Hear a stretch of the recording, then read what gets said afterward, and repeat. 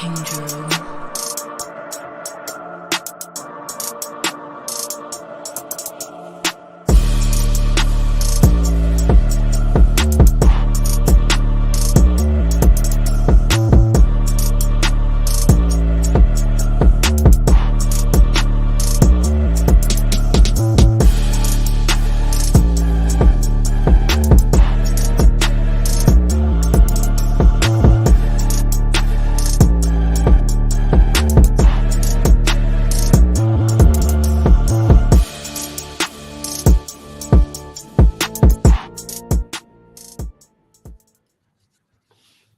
Yes, sir.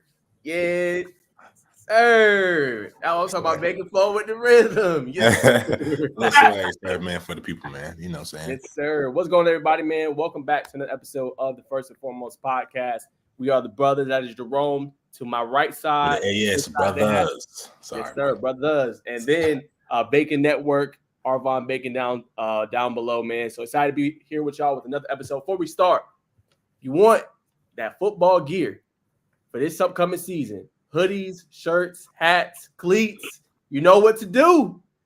Use that promo code ITH football and get 10% all of Phenom items. Make sure you go get that merch before the season starts. Yes, sir. So, man, we got a lot of store for today, y'all. We got a special guest, Kimauri Farmer of Carrollton, man. There you go right there. Appreciate you showing that. That is Jerome right there showing the Phenom gloves. Again, guys, so if you guys don't know, the season is right around the corner, right?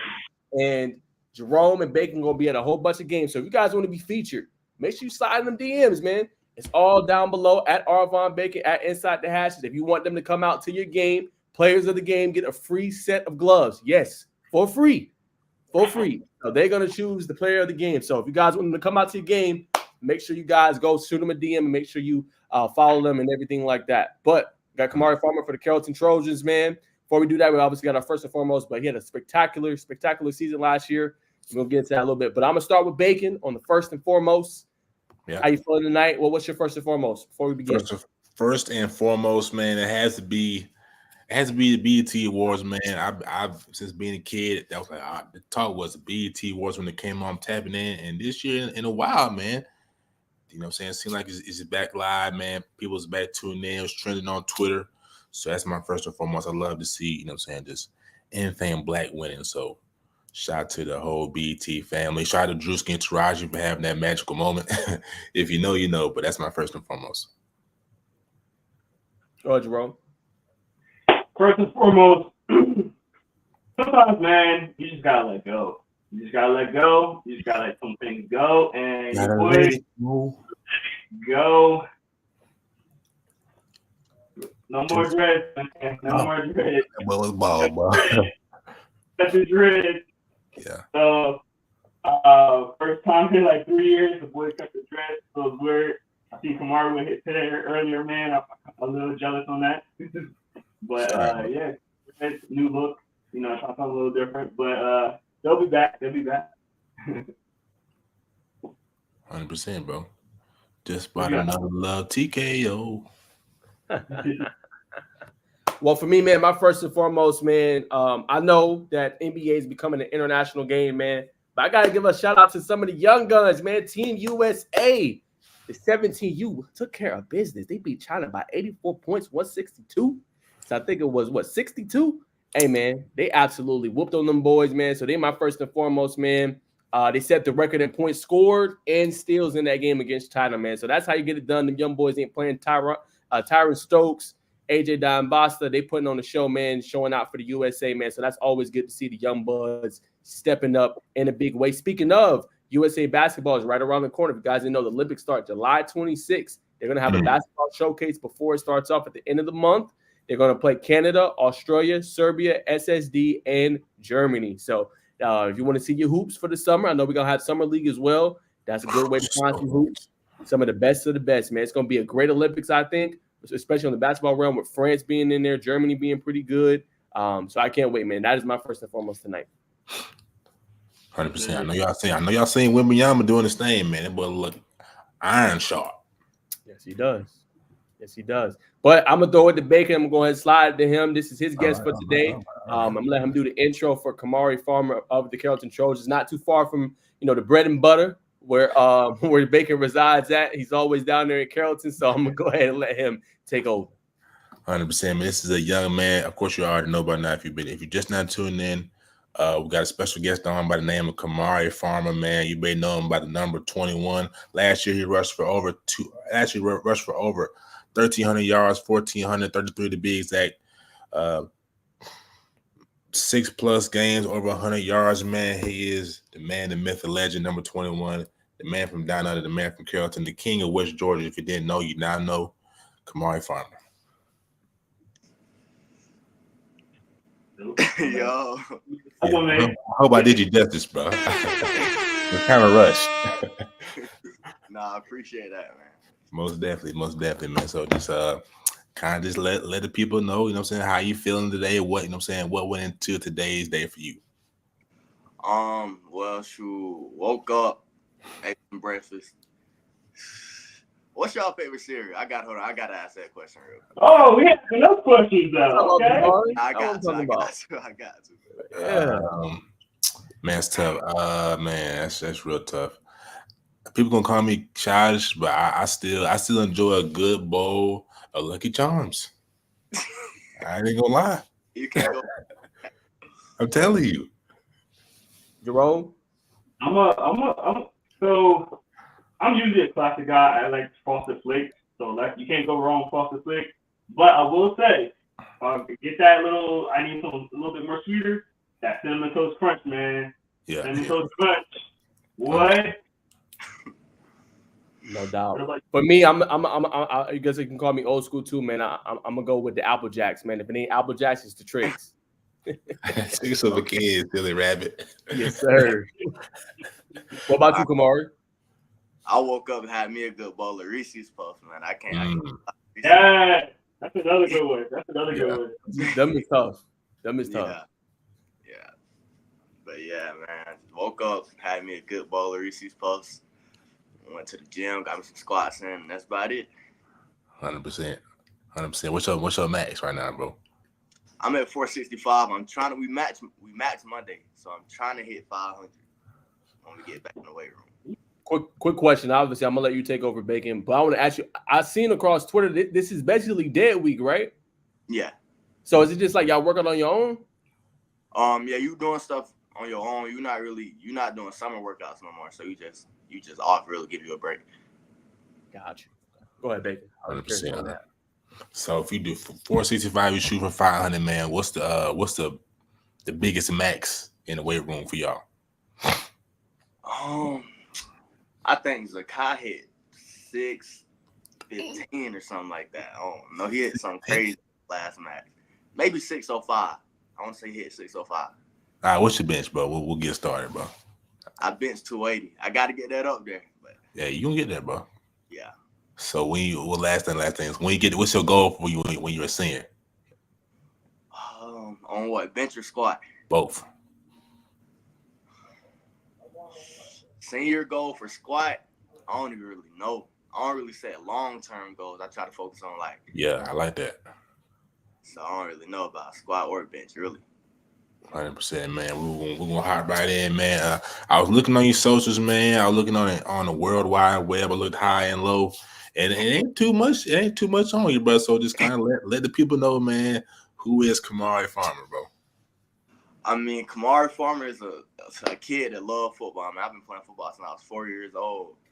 So grew up in Carrollton. My mom's from New York. Been playing football all my life. Went to Carrollton pre-K through 5th grade. Then I moved to Central. Came back to Carrollton to play football for high school. So.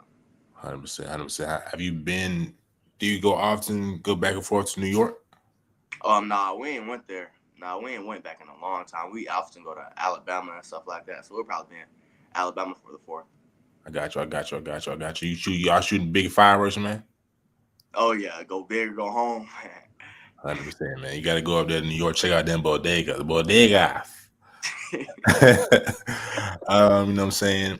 I'm going to take you back to last year, man, when you name your essence, it hit the film, man. So whenever you seen Bryce go down, man, and Coach called you, hey, come on, you probably gonna be, you know, saying, you probably gonna get the bulk of the carries for the rest of this game against this big game that's on ESPN. You know what I'm saying? What was going through your head at that time, bro?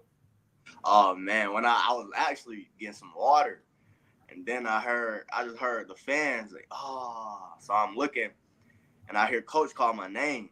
I saw Bryce down in the field, and my head just got spinning. It was a big stage, everything, but I was ready, man. I thank God that I was ready because that's a stage. So yeah, it was nice. 100%. So like, what did you do to kind of, you know what I'm saying, just quiet yourself down, calm down, like, all right, man, it's my time to shine, my time to just go in, you know what I'm saying, pick my team up, you know what I'm saying, keep everything going where it needs to. It was actually Juju. He came up, he was like, just do you, really, because I mean, not a lot of people knew me before then, but they knew like I was good and I could get the job done. So basically him and my teammates telling me, you good, we got faith in you, just play your game. 100%. And then a couple plays later, man, you found yourself tumbling in that end zone, man. So I'm saying, when you went to that, when you tumbled in the end zone, what kind of like, it's like a high, it's like a low, high, all in one drive. Man, when I first scored, that's the crazy first touchdown of your high school career right there. Because boy, it was loud. So all kinds of emotions came to my head, man. 100%, man. I can't, you know what I'm saying, ignore the hair, man. Just kind of just walk me through the hair, man. I'm saying, what, you know what I'm saying? Because, you know what I'm saying, for different people, the hair's got different meaning. Like, it's a part of them. So, like, what inspires you to kind of go out to, like, the fro locks, the free forms, or whatever it is, just from your words, you know what I'm saying? What does it mean to you? Really, I was just doing something. I can't have a low cut. I got a scar in my head, so I can't go on a low cut. So I just grew my hair out. I've been doing stuff with it, really. Braids. You had surgery or something when you was a young buck? Nah, actually, I was playing basketball in the gym, and I was running full speed, and I ran into a nail. So, yeah, I bust my head open. How old were you when this happened, bro? Like, I want to say 8 or 9. 8 or 9. Yeah. It was crazy. 100%, man. What do you like to do on your free time, man? You know what I'm saying, you chill with your guy, chill with your partners, or you be on the lonesome? Most of the time I'm with the guys. I may hop on a game, UFC a little bit. A lot of people been talking about Warzone, but I can't really get into it. 100%. So you a big UFC fan? Nah, I just like the game. Like, I know a couple players here and there. That's all. I got you. Where does your you big? I assume you're a big NFL fan. You know what I'm saying? What major sports are you big fans of? I like the Seahawks. Probably my favorite team, just because Russell Wilson used to be on there. That's probably my favorite player of all time. So. 100%. Well, I got a couple more questions for you, brother, but I'm gonna pass y'all to brother Najeh up here. I know he got some heat for you. All right. All right, Kimauri. So obviously Bacon talked about, you know, being in that spotlight, being in that moment. So I want to ask you, what advice would you give others, right, that was in that situation? That's not easy to do, Kimauri. I mean, you're on national television. One of their best players for Carrollton goes down, and you put in the spotlight. So I know you answered it, but I want to ask, like, what advice would you give those young kids, sophomore, you know what I'm saying, young, you still getting time, but, you know, you thrust into the starting role. What advice would you give those kids to be ready for that moment? Oh, man, just practice. Focus on your game. Like, I know it's hard. It's easy to get off track in practice because I've been there. I get off track in practice a lot. But when it's time to like game plans and all that, you need to be locked in. You need to be focused. It's a place and time to play and all that, but you got to be locked in practice. You got to work on your craft and just be you. If you're ready, coach gonna put you in the game. You just be you. Got you. Talk about obviously playing for Carrollton a little bit. I mean, you guys play some of the best, man. What is that kind of like, just always being featured kind of in that spotlight, man? Like going up, like this year, you guys are going to play Parker, who's a top team in Alabama. Last year, you played Langston Hughes on TV. Just talk about what that's like to always be in the spotlight and, you know, being to play in these big games. Man, it's great because you can experience the other talent on the other team. And I go against I think a good defense every practice. So it definitely it puts you up there. So I'm glad to be playing all these good teams and stuff like that. Got you. Let me ask you this. What was your favorite moment from last season? Favorite moment from last season? Probably when we were on the other side of the goal line, the Langston game where I dove in the end zone and the crowd was going crazy. That was probably my favorite moment. That was crazy. Got you. What was your thoughts on, obviously you guys played, another rival in Rome, obviously on the other side of the state. Game you go off on, you end up winning offensive player of the game. What's going through your head in that big game going up against kind of a rival? I knew it was a rival game. Like it's always been big in the city, and like I said earlier, I grew up in Carrollton, so I remember going to the games and on the bus. I'm just thinking like, dang, it's a big game for like the alumni. So I'm already locked in and I'm focused. Going through that game, me and Drew we were just playing our game. 100%. In your eyes, Kimauri, what do you think it takes to be an elite running back on the high school level in order to kind of be like one of the best of the best? I would probably say just how you prepare for the games, really. Because if you're a talented back, you're going to go in. You're going to score touchdowns. You're going to put up stats. You're going to get the yards. But how you preparing for these games is really going to make it. It's going to set yourself apart from all the other running backs. Certainly. All right, now talk to me a little bit about kind of your offensive line, man. The big Nasties down there, they be protecting for you. Obviously open up those big holes. Talk about relationship with them. I love my old line.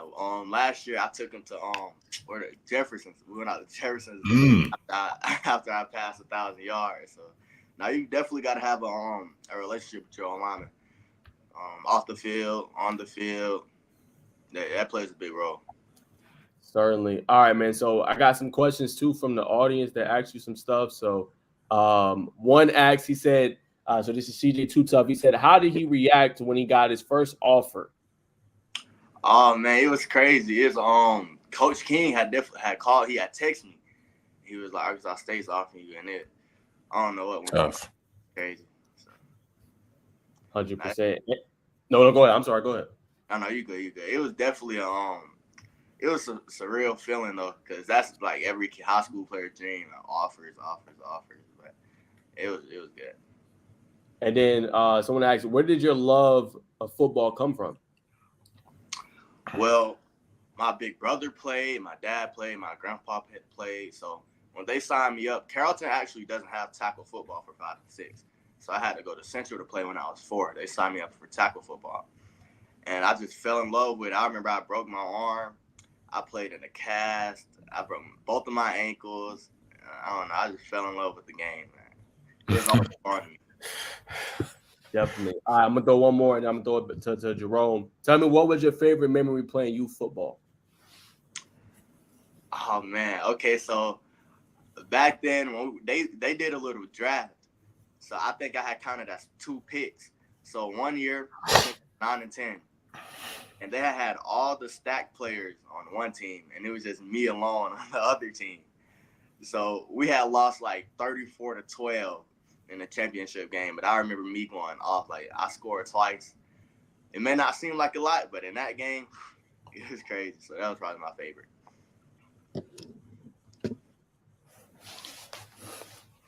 All right, Jay.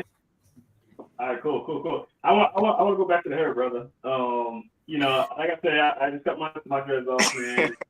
I seen you. Chill out, man. Whoa! You cut it off? Where were you at? Whoa! My bad, Kimauri. Whoa! When did this happen? Cut off the dreads? Cut it off on like Tuesday. What? I still need to shape up. That's why the hat's still on. Still need to shape up. Anyway, Kimauri, man, you got your hair full, man. How long it took you to grow your hair that long? I think I cut my hair in about 8th grade, and I started growing it back as a freshman. So probably like 2-3 years, going on 3 years. Yeah, because when I was growing my hair, it was around like 3 years as well when I came down to Georgia. I cut it full and nice like yours, bro. Any tips for brother? Because I'm trying to bring it back.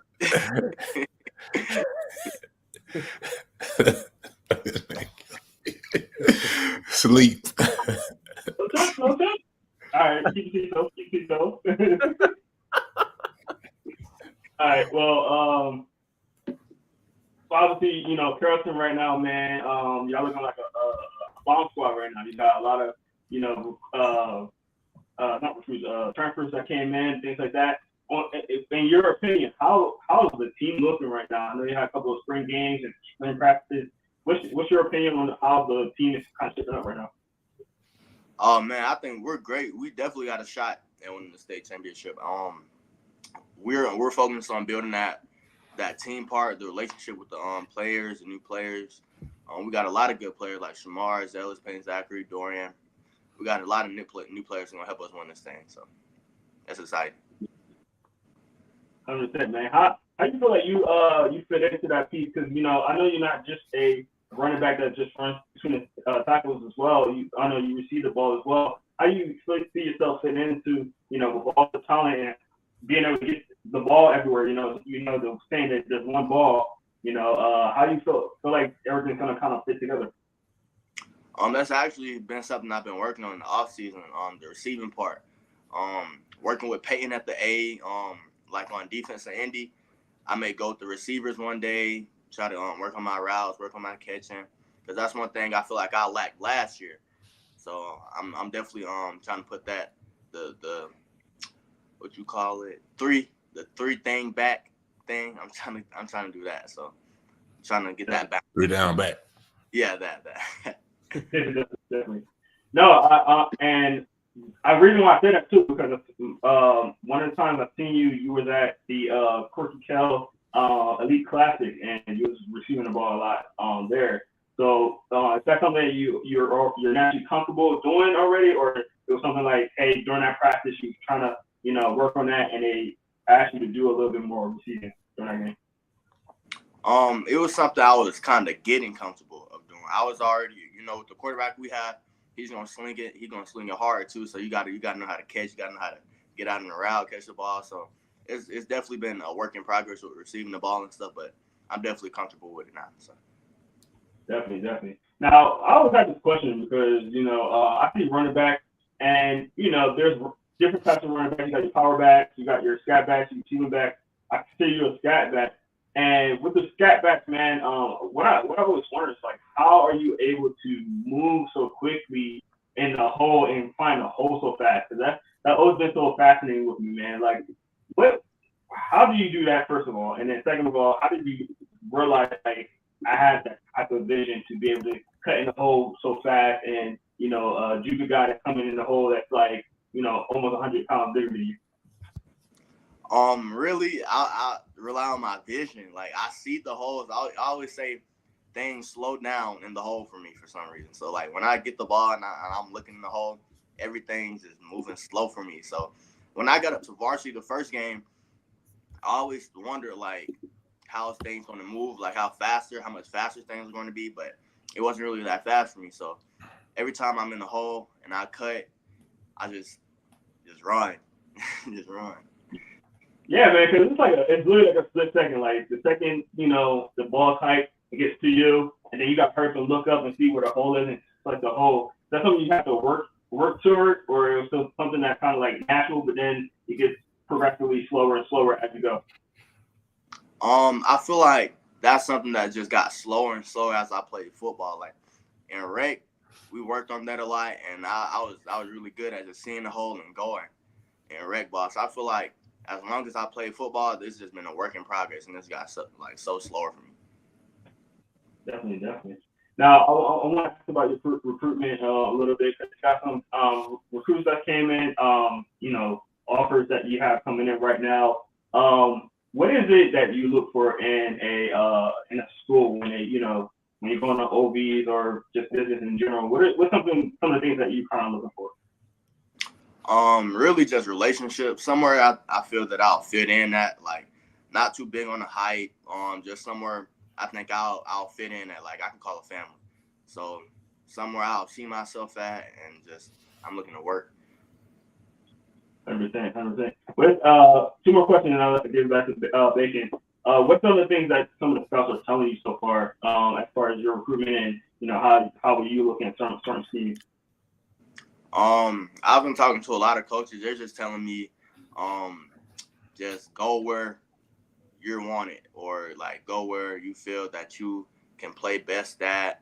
Try not to focus on gaining a bunch of weight. Wherever I feel that I can play best at, just play best at. So that's what a bunch of coaches are telling me right now. Understand. And do you have a timetable, like when you want to commit? Like, is there like a timeline, or an area like you want to target that one school for yourself, or you want to like even thinking on it. I'm really just now starting to get recruited, and my recruiting is just starting now to pick up. So I'm trying to let these offers roll in, then I'll start thinking on committing and stuff probably later on. So. Awesome. Good talk, man. Good talk. Hey, baby. Shout out to you, man, for the hard work paying off. But I don't think this is the first time we talked to somebody who's been from Carrollton, going to Carrollton. So being from there, just kind of let us know what it's like being a Carrollton football player. Is it everything that you thought it was going to be when you were a young kid? And yeah. It's crazy. Growing up, I feel like I got the full experience because I've been through every stage, in elementary school, seeing them walk the halls and just thinking, man, I want to be just like that. So it is a good feeling because I was a young kid that wanted to be myself when I got older. So it's definitely great. It's a good feeling. Did you think you were going to be this good when you were younger? I don't want to say yeah, but I don't want to say no either because I was definitely good in rec. I was one of the top players in rec, but I just relied on my speed in rec ball. So now I'm getting bigger and putting it all together. A lot of people always told me, man, you're gonna be good. You're gonna go to the league. So yeah, but yeah. So what would your younger self? What would you tell your younger self now? Knowing you go, I got you after this one. No, you good. All right. Let me get my thoughts together. What would you tell your younger self now knowing that you're in the position where you're at, being, I'm saying, recruiters picking up, you competing for a state championship this upcoming season? Definitely just stay focused, be you. Don't try to be no one else, man. Just stay on the right path. It's easy to get off the right path. So just stay on the right path, stay focused, because, hey, you got this. 100%. You talked about just being yourself in today's world. You know more than we do. Being on social media. I'm sure coaches talk about this all the time, but for you, being an individual, man, how do you kind of shut social media down? We can kind of lock in, and obviously you're gonna get different things from different people, teammates, influences online. But how do you kind of just block that out and stay focused on your journey? Really, I kind of shut the phone off, turn on the TV. I might cut on the game real quick. I'm a real TV show guy, not big of a movie guy, so I might cut on a TV show that get my attention for a long time. So that's probably good. 100%, man. At this point in time, man, do you still feel slept on as a 2026 running back? Do I still feel slept on? I wouldn't say I feel slept on, but I feel like y'all just saw one season. Y'all ain't really saw me yet. Y'all saw me, but y'all ain't really. I got a lot more in store for y'all. So I just want to say stay tuned. That's all. 100%, man. I'm getting ready to bring up Bryce Hicks, man. What has he meant to you, and what type of advice has he given to you? Preparing you for this next phase, man. Man, Bryce has always been someone in my ear. Like in 8th grade, going up to 9th grade, I remember when I first saw Bryce was in the running back meeting room. And he was talking to me. He was just walking me through plays, and we didn't even know each other yet. So when we got to that spring, he was in my ear telling me what jump cuts to make, helping me with the plays. So he's always been somebody in my ear. He's always believed in me, had faith in me. So it was good having him in my ear during the season. So that helped a lot. 100%, man. We got some questions. These might be from you. This might be one of your teammates right here, Jaden. I'm not sure how to say his last name, but it's definitely one of your teammates. He said, who all had interceptions in the spring game? Oh, who had interceptions in the spring game? Probably, did Shamar have one? He probably had one.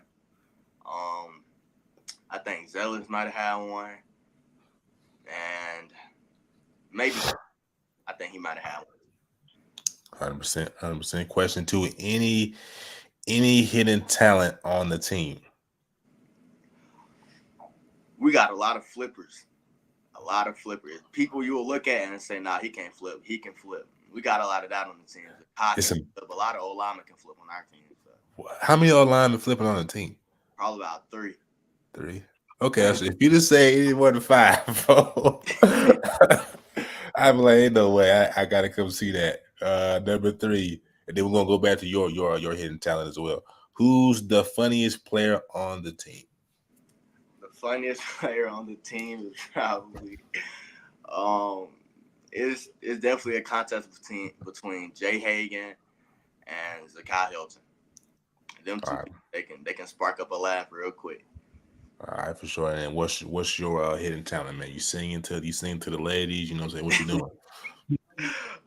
Hidden talent. I don't really think I got a lot of hidden talents. I'm good at a lot of things sport wise. So I ain't really found out a lot of hidden talents yet. So you're a multi-sport athlete? Yeah, but no at the same time. I can play basketball, but I foul too much. So that's what they say about the football players, man. It's all right though. It's all right. So in the last couple questions, now throw it. Now I see you got a little ink. I believe it's on your right arm. Yeah, right here. What is that, and what does that mean to you? It's the Serenity Prayer. It's actually on my chain too. It's something my grandma drilled into my head real young, so I always went by it. So it's on my chain, it's on my arm. 100%. Elaborate for the viewers and us as well. What is this serenity? What is the Serenity Prayer? It's actually it says, God grants me serenity by. What did it say? God grant me serenity by. Oh no. Doing the things that. Wait, hold on. Y'all put me on the spot. You good. Accepting the things that I can't change, courage to know the difference, and wisdom. Wait, courage to. Hold on. You good. Accept the things that I can't change, courage to change the things that I can, and wisdom to know the difference. That's powerful, brother. You take that with you along your life journey, you're gonna be all right, brother. You heard it here first. Probably not first, but you get what I'm trying to say. I see you got footballs, medals behind you. Is this your room or is this a family room? Yeah, this is my room. This is my room right here. Yeah, man, good. Give us a little, you know what I'm saying, a little tool. You don't got to give a walk around, but just, you know what I'm saying, a little over the shoulder points. You got a lot of hardware back there. Here's my fireplace. I got a little fireplace. A fireplace? Yeah, here go all my letters and stuff I can got. Fireplace. I got the little visit things on there. My plaques. I actually got this one from. Oh yeah. And that's Offensive Player of the Year in my region. And yeah, that's about it. I got a big room. So. Nah, that's tough, brother. Yeah, she got about 30 yards in there. 30 yards is crazy. Put that room up, brother. That's a big room. You got to fill that up. Yeah, I got a big room. I got the room downstairs. So. Oh yeah. Now, did you give that plaque to him? I see that's y'all. That's one of y'all, right? Yeah, I think so. Yeah, I told you he won Offensive Player of the Game. Yeah, you're right. You're right. Yeah. That is one of them. Yeah, he's a dog, bro. Nah, for sure, definitely. And I know Kimauri not gonna say it, but you are slept on, bro. Yeah, you're not gonna say it, but I'll say it for you. You are slept on, bro. I mean, you really like that. So, I got a couple more, obviously. Before I throw it back to Jerome for the final ones. I want to ask you: is anybody you model your game after, or you like to kind of take bits and pieces from, or anybody you like to watch, like far as NFL or college, that you kind of just take, stuff from? I don't think I play like him, but I've always wanted to play like Adrian Peterson. That's somebody I watch the Viking days, man. I used to pull up his highlights, him and Tavon Austin, and just sit there on the TV and watch him over and over and over again. So that's probably him. Nah, no doubt. Yeah, both of them is legends, man. What they for the league and even in college, man, off the chain, those two. All right, man. I know you know the game dropping in 2 weeks. Did you get to see the Dynasty Dive today? Yeah, the deep dive for the. Yeah, what you thought about that? I think it's gonna be fun. Being in high school and going through the recruiting stage is definitely gonna give us a lot of up on everybody else who's playing the game. So I think it's gonna be fun for me, definitely. All right. When you first get the game, who you playing first? Who I'm playing? I'm probably playing Georgia because they're the top right now.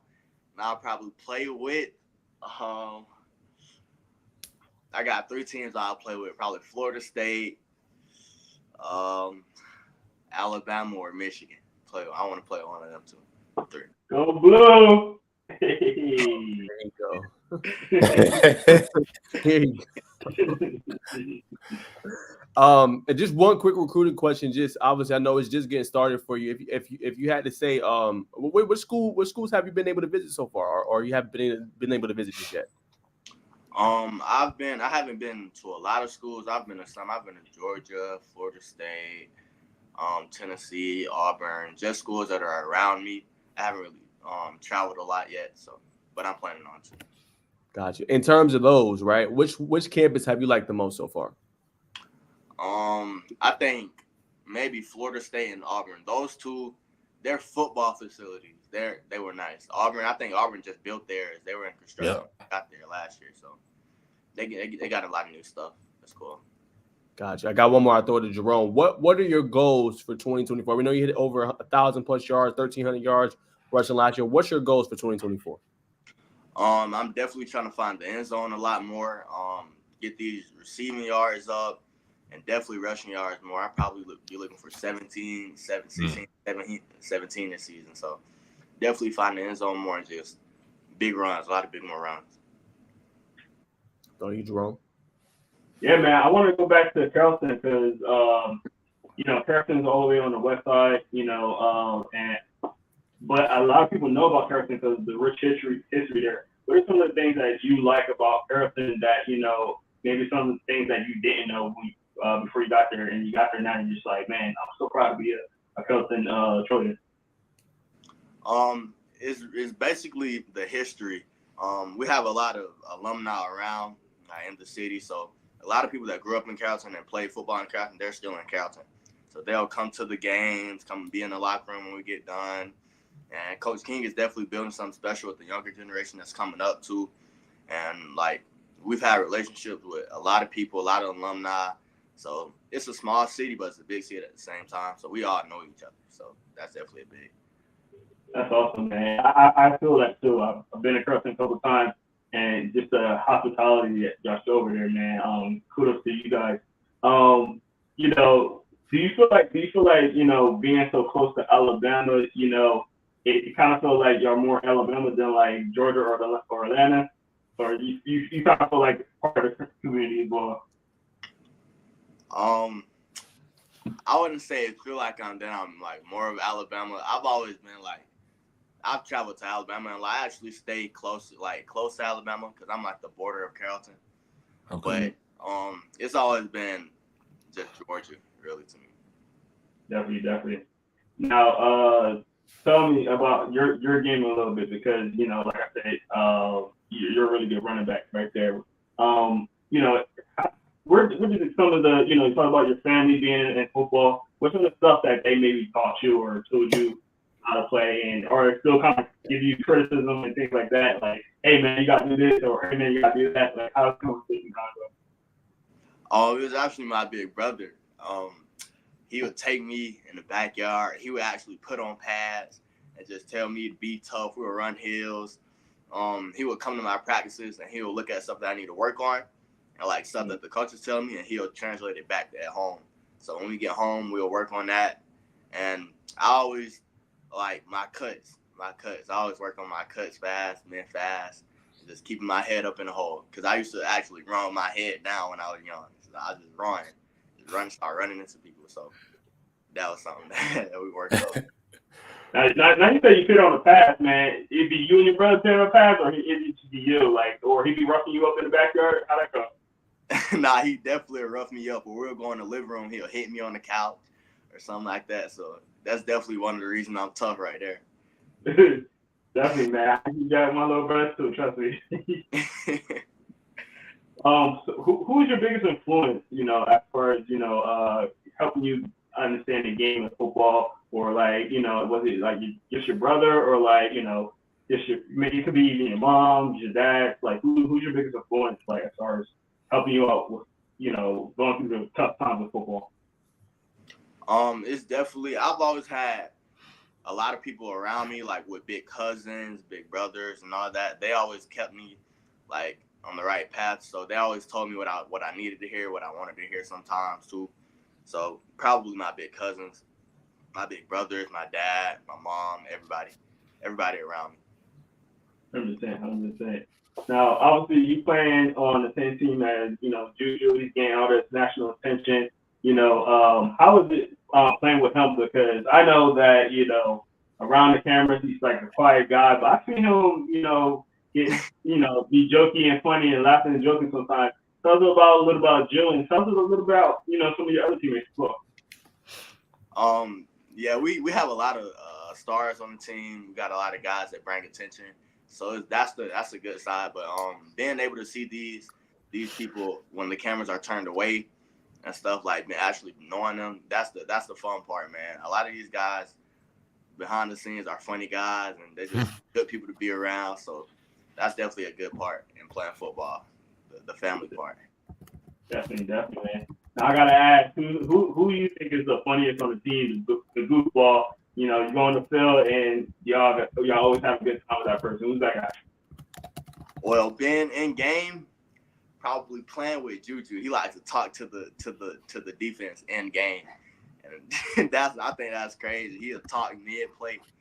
So that probably in practices, probably Jay Hagan or something like that. Okay. So you saying Juju's like Cam Newton, calling out the defense and stuff like that?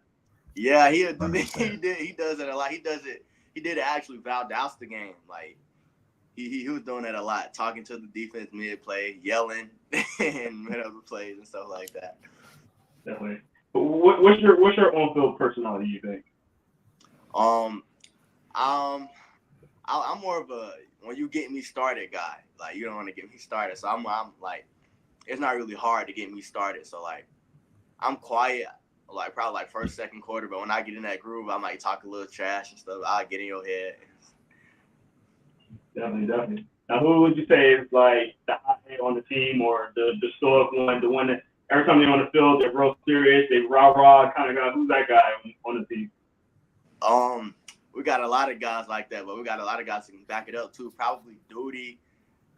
Or he'll get in your face, but he good too though. So it ain't a lot. It's not a lot you can do about that.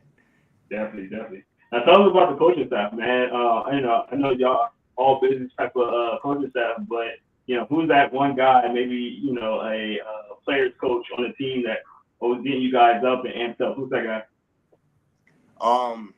Probably Coach Strick. He's a DB coach. That's because he's a middle school weightlifting coach, but he's the high school DB coach. So he gets to see us when we're young. So he watches us grow up. So he knows a lot about us and stuff like that. He's a funny guy. Got you. You got any impressions on him? Nah, not really. It's all good, man. Okay, tell us a little bit about your head coach, man. How's he and how's his personality on and off the field? Coach King, he's a smart guy. He's a smart guy. He knows a lot. You can tell he knows a lot. It's fun being around him too. He's different on the field and off the field though. Like he likes to have fun, but when it's that time, he likes to work too. So now he's definitely a great guy though. We all love Coach King. Okay, he seems like a real nice guy as well. And then last question. What was I gonna ask? Any weird like on field, pregame traditions or pregame workouts like you see on the field? Anybody have like that kind of weird facade thing they can do? I don't think nobody in the team has this weird thing that we does on the field before the game or something like that. I know in the game it's something weird that I've been doing since I was younger, and I've tried to stop doing it and I can't. Like if you watch my film or something before the play, I'll like dig my foot into the ground, and it's something that I cannot stop doing. I don't know why. Well, I think it feels good on my toes or something, but I don't know why I do it. I like dig my foot in the ground. So you're getting the feel of the ground. So when you chopping it up, Yeah, probably. What it is. All right, Bacon. I'm gonna let you finish up. All right, bet. To the pregame rituals, man. Y'all kind of line up in like a little T form. Y'all kind of clap. You know what I'm saying? Kind of like what Now, what is that? I don't really know what that is. I just know they told us to do that when I got there. 100%. We do a lot of like all of our stuff is like stuff that the alumni do. So like we do a lot of stuff that's before us. 100%. I get you. It makes sense. Last thing for me, brother. I think we lost Bacon, but I'll ask the question. Since he did fit in our chat, so he asked. Oh, go ahead, Bacon. You cut out a little bit, but I'm not that. All right. During the game, I go to a lot of games, man. Cameras are always around y'all. Sometimes in the locker room, man. Just how from your personal experience, how was it playing with the cameras around? Do you like it or do you not like it? It's something that we definitely saw when we were like in 8th grade. Like coming to Carrollton, being from Central. In 8th grade in Central, it wasn't a lot of cameras around at all. But when I referred to Carrollton and being like up to the high school, it's definitely like was a change. But it's not something that really bothered me. It's just something that I knew that being in a different environment. So it was definitely something I had to adapt to, but it never really bothered me. Do you and Mr. Walton, do y'all kind of bounce ideas off each other, like, you know, how y'all can be better at the position? That's definitely my boy. We kind of laugh at the rankings and stuff all the time. A lot of people don't know that we played together in middle school, and we were like a 1-2 combo. So yeah, we talk a lot. There it is, man. You heard it here first, guys. You got anything else, Najeh? Or we going? Yeah, closing thought for me, man. Obviously, Kimauri, I know your process is just getting started with your recruiting, but if you decide to do anything, we would love to be a part of it. You know, if you have a party or whatever you decide to do, or if you just, you know, need a trusted platform to make your announcement on, we would love to be a part of it. Or whatever you decide to do, it's been an honor and a blessing to have you on the show, man. And one of our favorite guests, so we really appreciate you. Yes, sir. I appreciate y'all having me, man. I got one more question because this is I'm sure this is the question everybody's asking. Carrollton versus Douglasville. Oh yeah, man. Good question, Jay. Come on, give us something for it. How you feeling? You got that game circled on your mat? What's up? Nah, I definitely got it. I think we all got that circled on our calendar. It's gonna be a good game, but a lot of stars in that game. I think we definitely gonna come out on top, though. I'm just saying, we're definitely gonna come out on top. Okay. Listen, we talked about getting a Carrollton versus Douglasville podcast on here, like a couple of you guys kind of going back and forth. Love to have you on. If you do decide to do something like that, we might have to separate you guys or meet you guys at some point, but we will have that one at some point doing something like that. That'd be cool. That'd be lit. Nah, yeah, that'd be cool. Definitely. Well, Kimauri, man, appreciate you getting on. We're looking forward to seeing your progress this season. Hopefully, this won't be the last time we see you for sure. This won't be the last time we see you. So we love to get you back on again. Like Naj said, you was great being on here. So thank you. All right, yeah, appreciate that. Appreciate it. All right, y'all. So there goes Kimauri Farmer, man. Y'all get at him on the socials, man. We'll have that LinkedIn stuff below. Definitely one of the rising stars for Carrollton. He goes a little bit unnoticed sometimes, you know, under the radar with all the star talent that they got. But man, he's just a go-getter guy that always is just put his head down and just works, man. He's one of those guys, man. So before we move on, I'll throw it to the guys to stay last impressions on the interview. Yeah, man. I love his personality, man. You know, from the moment we got on, even before we got actually on live, he was smiling the whole time, man. I was like, oh, this is what I'm doing. You could tell he was excited to get on. So love kids like that, just excited to get on, ready to talk, and you know, let everybody know who they are. You know, and like you said, Naj, very stepped on guy, man. And I think like you know, being able to give kids like him a little bit more exposure, you know, it goes a long way. So I love it. Yeah, I agree with. I think we all got the same kind of answer, man. You know what I'm saying? Kid's got great energy. Kid can ball. Came on and told his story, spoke his piece, man. He loves the what flavor that body armor is that? Anyway, I can't remember, but he likes the body armors over Gatorade. Be a special kid. I can't wait to see his progression. We haven't seen. He's got another gear, man. The kid had 1,400 yards, almost 1,400 yards last year. 6 games over 100. 6 games with 100 plus yards rushing, a couple 200-yard games in his bag. So I'm excited to see him on the field. After this podcast, I'm definitely more intrigued to learn more about him and to see how he plays this upcoming junior season. No doubt about it. So y'all, if y'all didn't was not able to catch the full interview, is on all of our YouTube pages, Inside the Hashes, Bacon Network, man, and also Najee Wilkins. So you guys can go check all of that out. But we have a new name for our football segment. We obviously have one for basketball, 3-man weave. So I came up with this one myself. I think it hits. I think it's gonna be one that everybody knows now going forward. So it's called Hitting the Grid. So grid is short for gridiron. So Hitting the Grid, that's the new name of our football segment. Just calling that going forward, just hitting the grid, latest going on. And we're going to actually start with the Bacon Network on this one. He was at one of the best padded camps. It was so loaded, y'all. I mean, they had Grayson, Gainesville, Sandy Creek, Langston Hughes. Like, it was just loaded. So we want to get the insight on the camp. So Bacon going to kind of shed some light about what happened and what he saw, what some of his insights. 100%, man. The camp was legendary. The camp was loaded, like Najeh said. I got there probably around like 1. I didn't get there early because I was at another camp. But man, it was loaded, man. Of course, you had Stockbridge was there, Langston Hughes was there, Gainesville was there, Sandy Creek was there.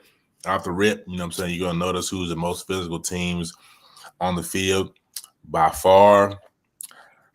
People going like, man, what you talking about, bro? But I think Stockbridge was probably the most physical team on the field that day. They just had a lot more bigger athletes. You know what I'm saying? I think Grayson was a close second behind. They were the overall better team, obviously, but Stockbridge they got a lot to prove, man. They feel like, you know what I'm saying. Of course, they got sustained, but losing the state championship last year, they got a lot to prove. A new head coach coming in, Coach Bam, who's doing a great job, by the way. Want to shout him out. Great coaching staff as well. But and then third, Gainesville was probably the third most physical team. Sandy Creek, and then Langston Hughes. But most physical offensive line has to go to Langston Hughes. I put that out there. Then Creek, this local Sandy Creek team, they held up on the back end. It came out a little flat. But they did make some plays. It was a sequence. I didn't get it on camera. I wish I did. If I had my eyes like the little Google glasses, it'd have been amazing. Recent Georgia Tech commit Dalen Pinson was going back and forth with a Gainesville receiver, man. They chirping. It's kind of getting a little chippy. And Dalen, I could tell that QB is getting ready to throw it to the receiver. I think the receiver said so. Anyway, Dalen back up, smooth back pedal. Quarterback get the receiver to look, and the boy came out of nowhere and jumps it. Man, it was lit. I ain't gonna lie to you. I wish I could feed my memory through the screen. You know what I'm saying? We're not in that AI sphere yet, but nonetheless, it was amazing. But like I said, Grayson was the best team. I can't remember the QB1 from Grayson right now, but he looked formidable. I'll be dropping some little clips of him soon. He made some good reads, made some good plays, had a good run up the middle. He looked decent. He looked exceptional. He looked really well. He looked good. If he can play like that, they really got a great chance of bringing Hardwell home come December. Now let's touch on Langston. I know that's what everybody wants to hear about, right? Langston, they look good. I ain't gonna lie, Langston looked like Langston, man. Some people may have thought, man, this might be another back-to-back down. I mean, last year really went it down for Langston. They did beat Carrollton. They did lose Jerome emphatically in the playoffs, but they did look very well in the padded camp. Christian Langford made some good throws. The running game looked very well. Baker toting that thing. I don't know all the receivers yet by name. Yeah, that's one of them right there. I was talking to Coach Boone. I said, "Man, Coach, I got a sideline full of track players, man. About 7." He said, "We really got 10. We got 3 more on the sideline." So, man, so Langston's gonna be fast. They're gonna be fast. Offensive line's gonna make them nasty, physical. So don't sleep on Langston.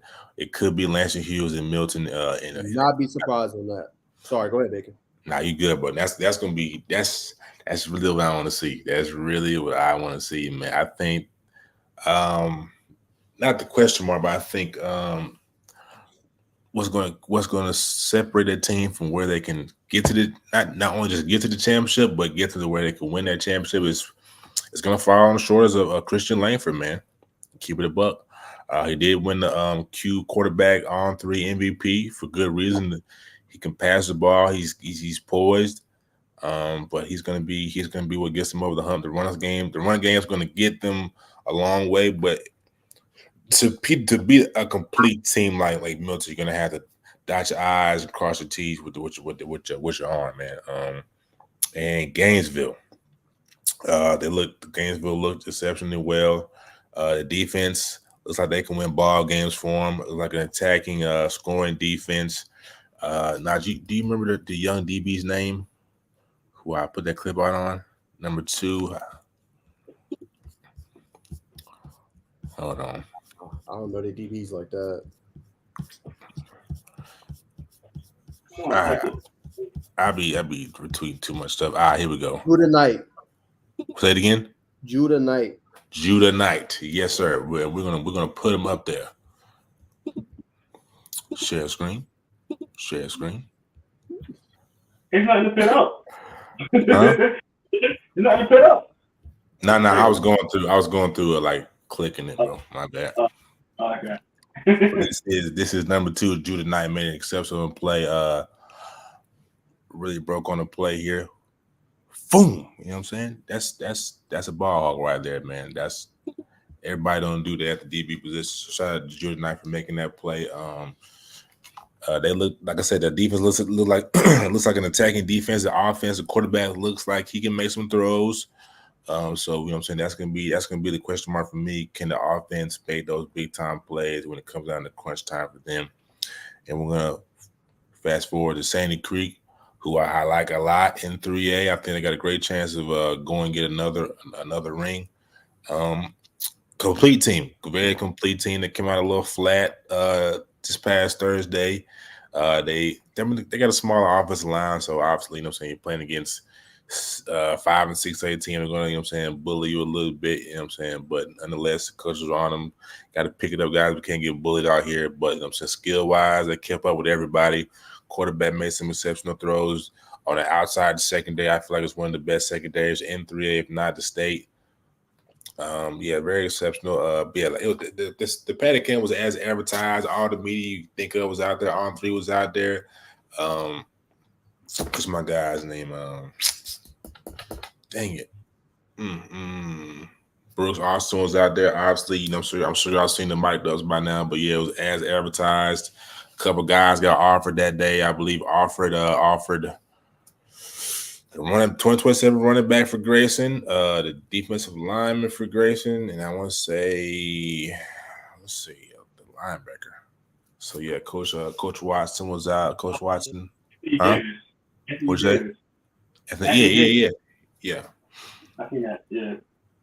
So yeah, it was a whole lot of motion going on out there this past Thursday, man. So yeah, that's what I got from the Patty Cam, and you can go on YouTube, Bacon Network. If you haven't already watched it already, you can get a nice representation of what happened at the camp. You just type in Grayson Patty Camp, Bacon Network, or Grayson Patty Camp, and it will pop up for you. And if you're there, please hit the like button and the subscribe button and turn on the bell for all your football, basketball, and culture needs.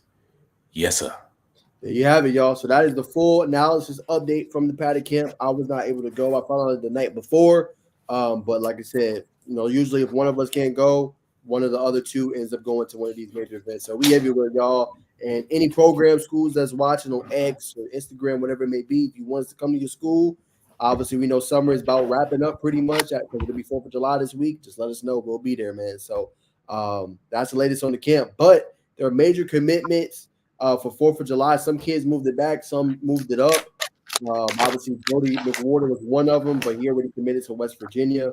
Prior, but his was set for 4th of July. I seen that Hollis Davidson is set to commit to Florida State or Auburn. Expected to make his decision on the 4th of July. One of the commitments I had for July 4th actually got moved back as well. So I think kids are just considering taking their time, but I wanted to ask you guys any commitments you guys think that's supposed to take place, whether that's in state, out of state. for the 4th of July weekend? I know it's going to be a lot of kids committing on Thursday, Friday, yada, yada. What have you guys seen, and which ones do you guys kind of plan to attend if you're able to? Go ahead, I'm sorry. No, I was going to say I don't have any commitments lined up. But I would love to go to some if y'all do have some.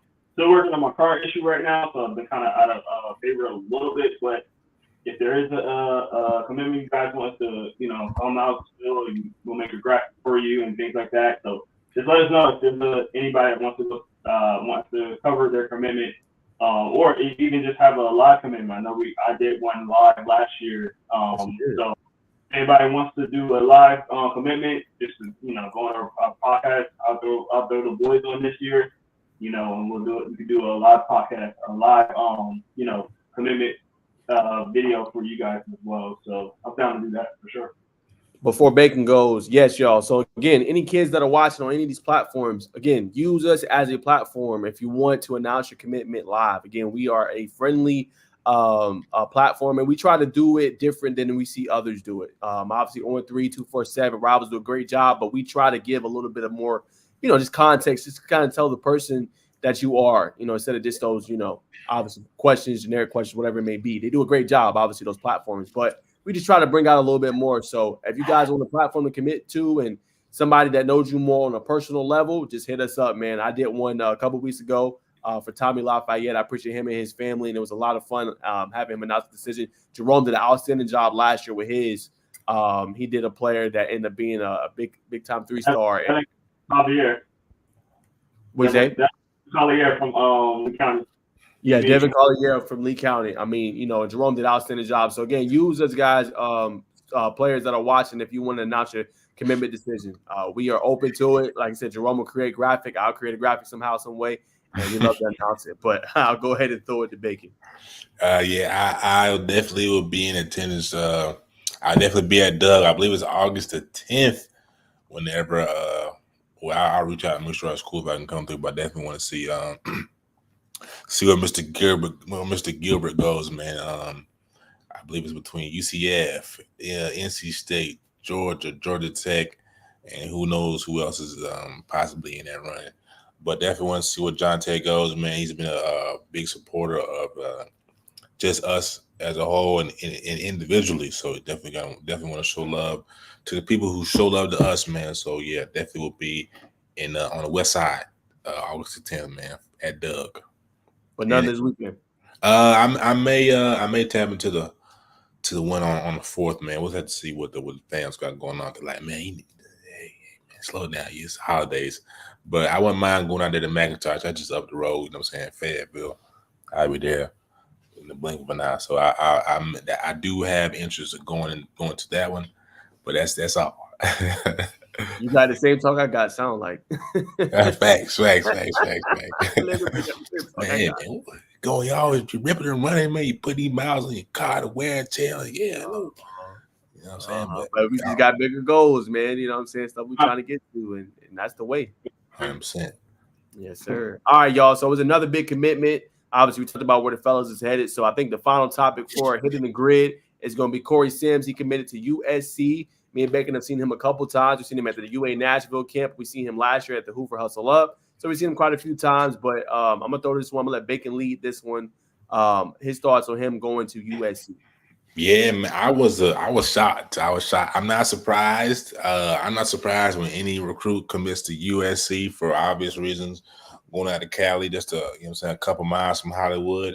That close to so many stars. You got Snoop out there. A lot of LA stars have moved to Texas. You still have a lot of celebrities in LA, but just when you're that close. When you're a caliber of athlete, man, it could be a little pitch for USC, man.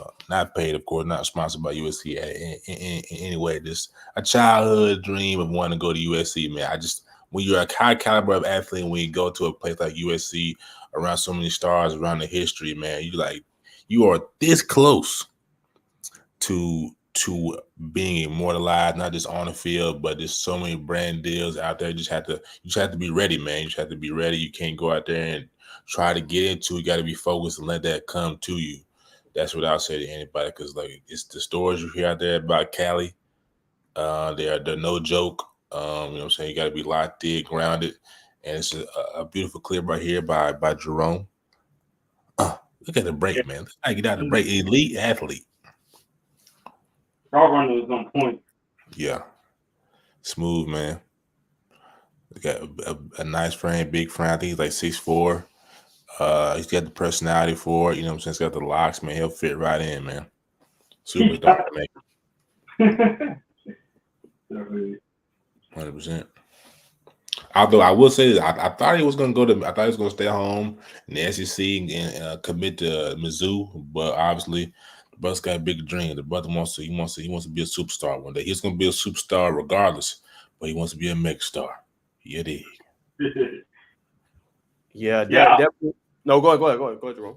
I was gonna say I like the commitment, man. I think that I wasn't surprised with him selecting USC. USC has been doing really well with their receivers as of late, as far as getting in the league and things like that as well. So I'm not really surprised. I think a lot of people are surprised because they're seeing all the decommits that's coming out of USC. But you gotta remember, all those decommits are on the defensive side.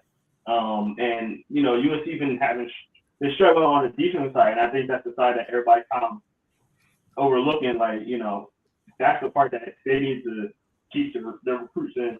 But offensively, I'm not surprised. They got a lot of good talent. They got a lot of good quarterbacks that are actually coming in. You know, Juju's currently committed. We don't know how long that's going to take, or how long it's going to take, or if it's going to take. But he is currently verbally committed.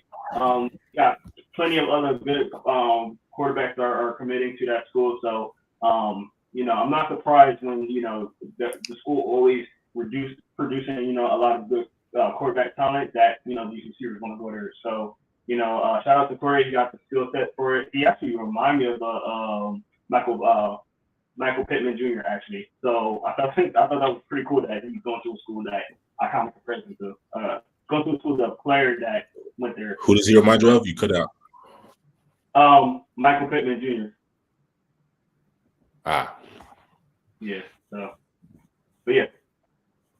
Yeah, man. I mean, the kid's a dog. Obviously, we got a chance to see him, you know, last year for the first time, man. And I mean, he's a stud. You know how he moves and, you know, how he catches the ball, how he high points it. I know he's big in yak yardage. He just does everything well on the field. So, I mean, he's going to a good program. I thought it was probably going to be between USC and obviously Missouri. But I thought, you know, you can't go wrong with USC. Again, a lot of decommitments, but, you know, if Juju does stay, he has a primetime receiver to get the ball to. Still got Malachi Nelson as well. So at the wide receiver spot, USC is really producing well. That and quarterback. And for being Trafford. What's up? Malachi Nelson Trafford, bro. Where you transfer to? Boise State. That's the quarterback? Yeah. Who was the receiver? They got a receiver. Not tomorrow. Ray Rice, son, are you? No, not Brendan Rance, no. Yeah, I don't know. Hold on. I gotta. Do you thinking, brother?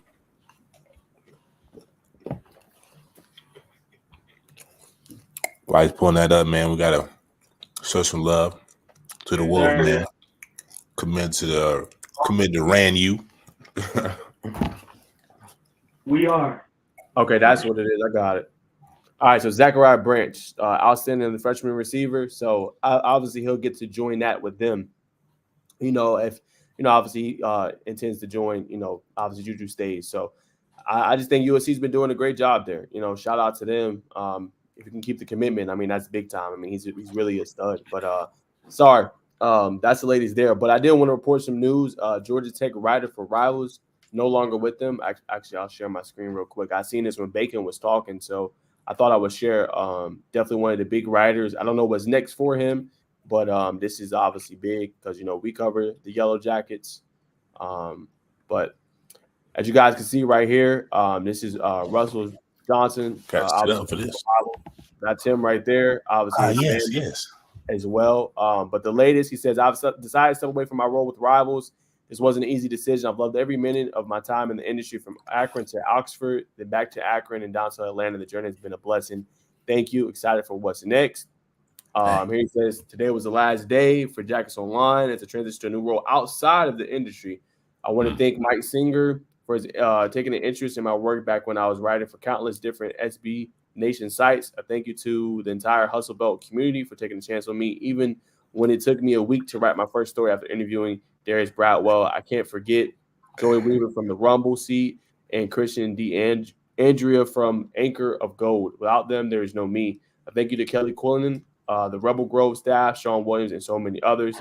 Being able to call, watching football, traveling to camps, and talking to sources work was a dream come true this last decade. I didn't even know he was writing for a decade. That's a long time. To every recruit that trusted me enough to tell the story, break their commitments, or even to share their why, I want to take a moment to say thank you. The relationships I've built with thousands of recruits, parents, coaches, etc., each played a role in getting to where I did in this business. The time has come, though. There's new dreams to catch. My daughters are growing up faster than ever before, and I'm just ready to be a dad. Yeah. I'm ready to be able not to miss any more Sundays at church. Last, but certainly not least, I'm ready to be a better husband to my wife, who has sacrificed a ton since I first started doing this as a hobby nearly a decade ago. So to everyone I've impacted, for better or worse, these last 10 years, thank you. So that's a good man. Yes, sir. I thought that was big news this year. Obviously for me and big because we covered the Yellow Jackets. So, that's big. Obviously, there's not a lot of writers that do cover them. I mean, you can go to like On3, 247 obviously has a site. And Rivals has a site as well, but there's not, like, when you go to games, there's not a lot of, obviously media there. There is media covering, Yellow Jackets, but it's not as rampant as you see maybe Georgia or Ohio State or Florida State. So I thought that was big. Obviously, we'll still have Kelly, who does a great job as well, but I think that's huge, especially what he's meant to the industry. And I remember talking to him early on last year and getting to know him. So congrats to him. I hope it all works out, but definitely sad to see him go. Yeah, man. Congrats to him, bro. Like, I got to meet him with Luke. Great guy, man. Every time I see him, he always looks like he's happy and ready to go, man.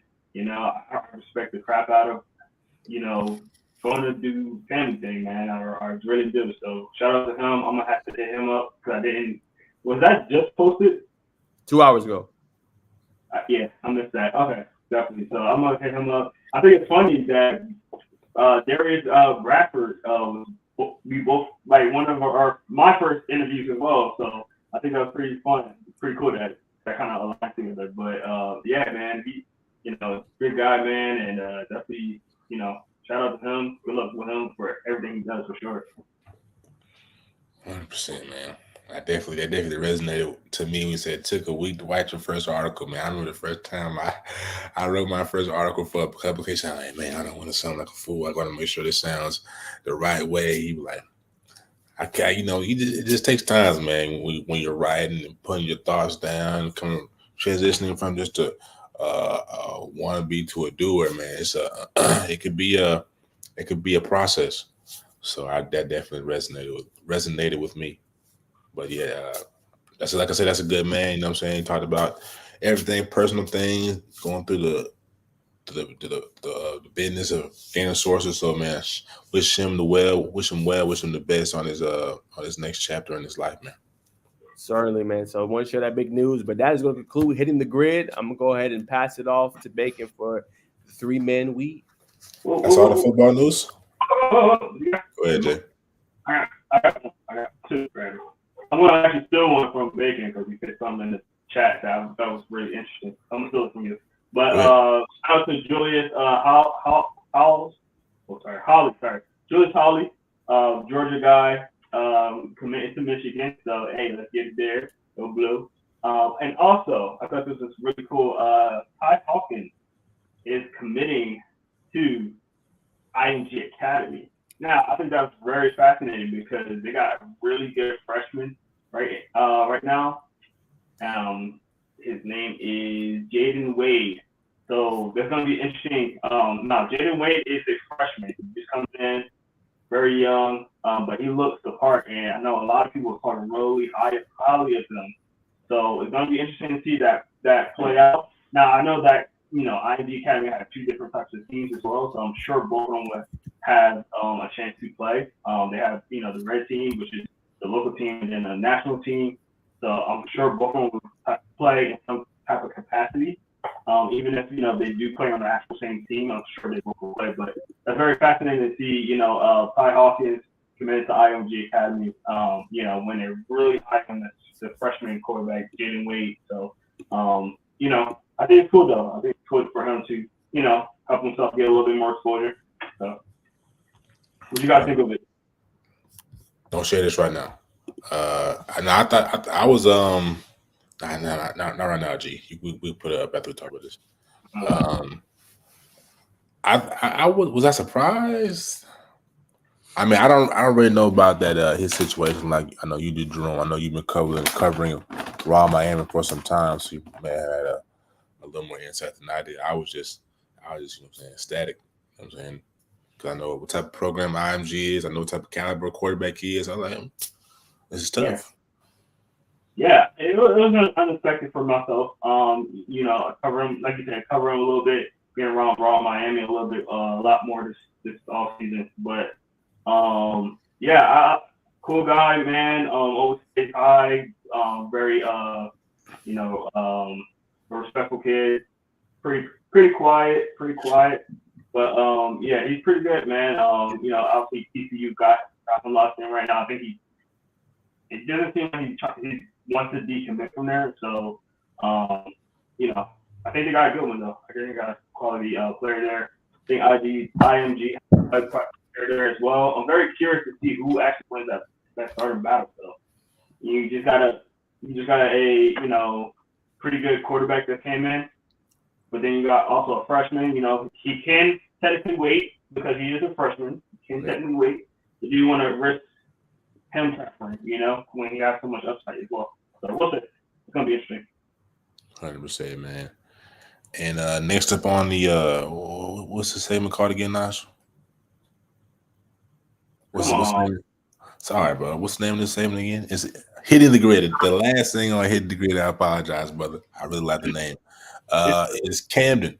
The powder blue Camden Tigers, man. You can share the screen now, Jay. This is the team, man. They had a little OTA action in the gym. You know what I'm saying? We can tap in. Let me turn on the sound effects.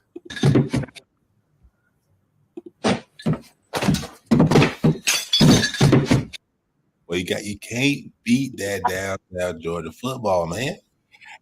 Do I condone? I mean, I know coaches they got the pads on so you go bounce off, but this closed space, you know what I'm saying, running this high octane in the close quarters is a little nerve wracking, brother. But nonetheless, I respect the creativity, and you gotta do what you gotta do. So I want to get you guys' thoughts on this little OTA action in the gym.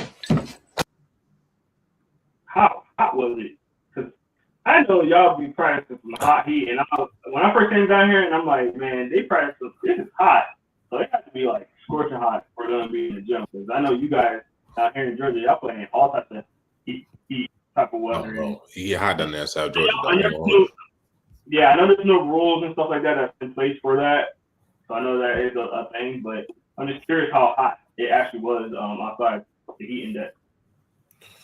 Gee, I don't know, bro. I don't know, brother. But I do know it be hot in Noonan, bro.